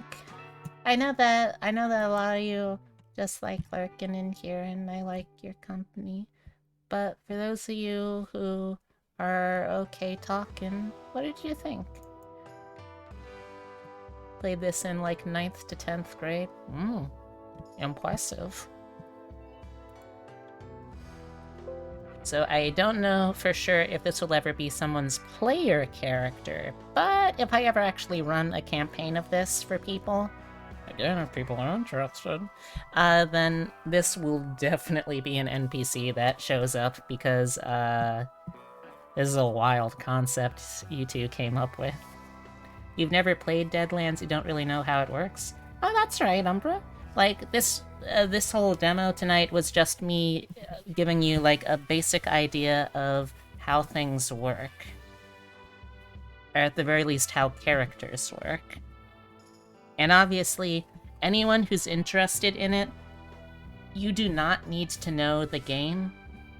Trust me, knowing how the game works going into it is the least important thing. The most important thing is wanting to be a part of the absolutely wild game world that exists in Deadlands. I don't care if you know how. That part I can teach you. Dr. Shubnigrath to you. Just call it Bob.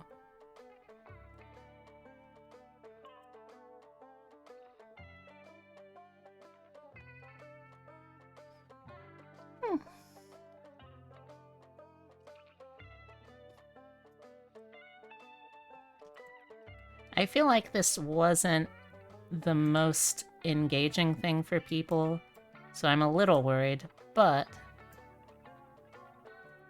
I still feel like we had a pretty productive stream. I hope we did? I don't know. But thank you, chat. I, at least, had a lot of fun. I can't speak for anyone else, but I hope you did too. Let me now... Let me start transitioning over. If you made it to the end, it was productive. Agreed. Alright, so... Let me just, go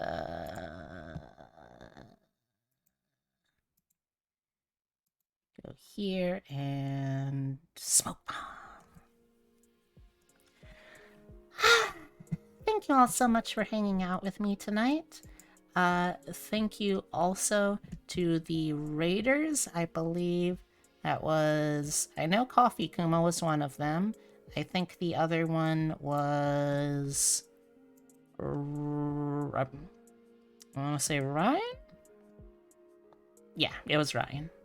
So thank you, both of you, for hanging out there. Also, thank you to anyone else who just hung out.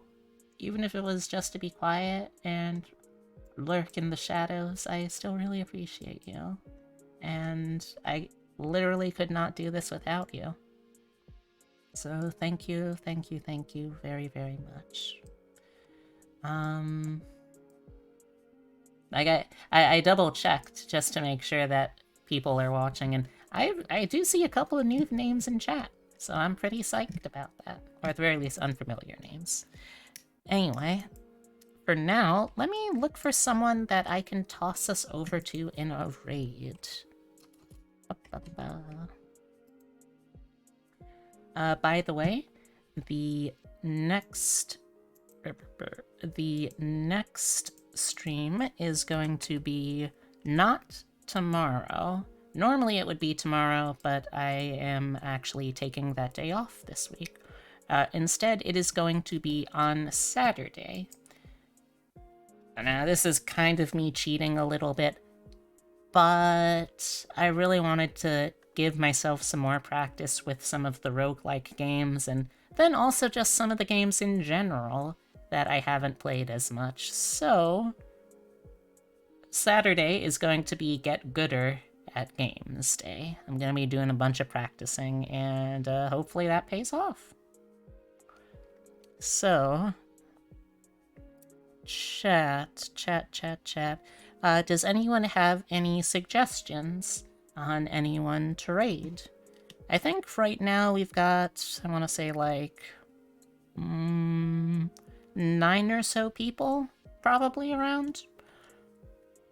Maybe 8, maybe 10. But that means we're probably going to be smaller than a lot of the channels I could raid. But what kind of stuff would y'all be interested in?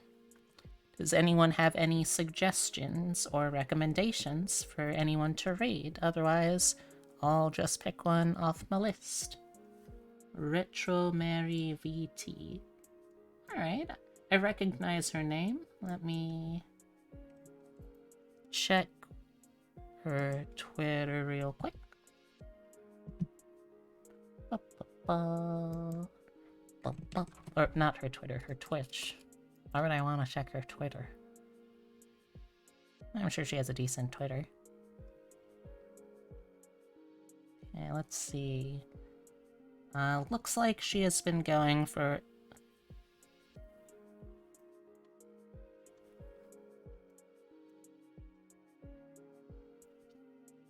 Okay. It looks like she's roughly 4.5 hours into stream. But sure, I don't see why not. Okay. So, let me set up the rate.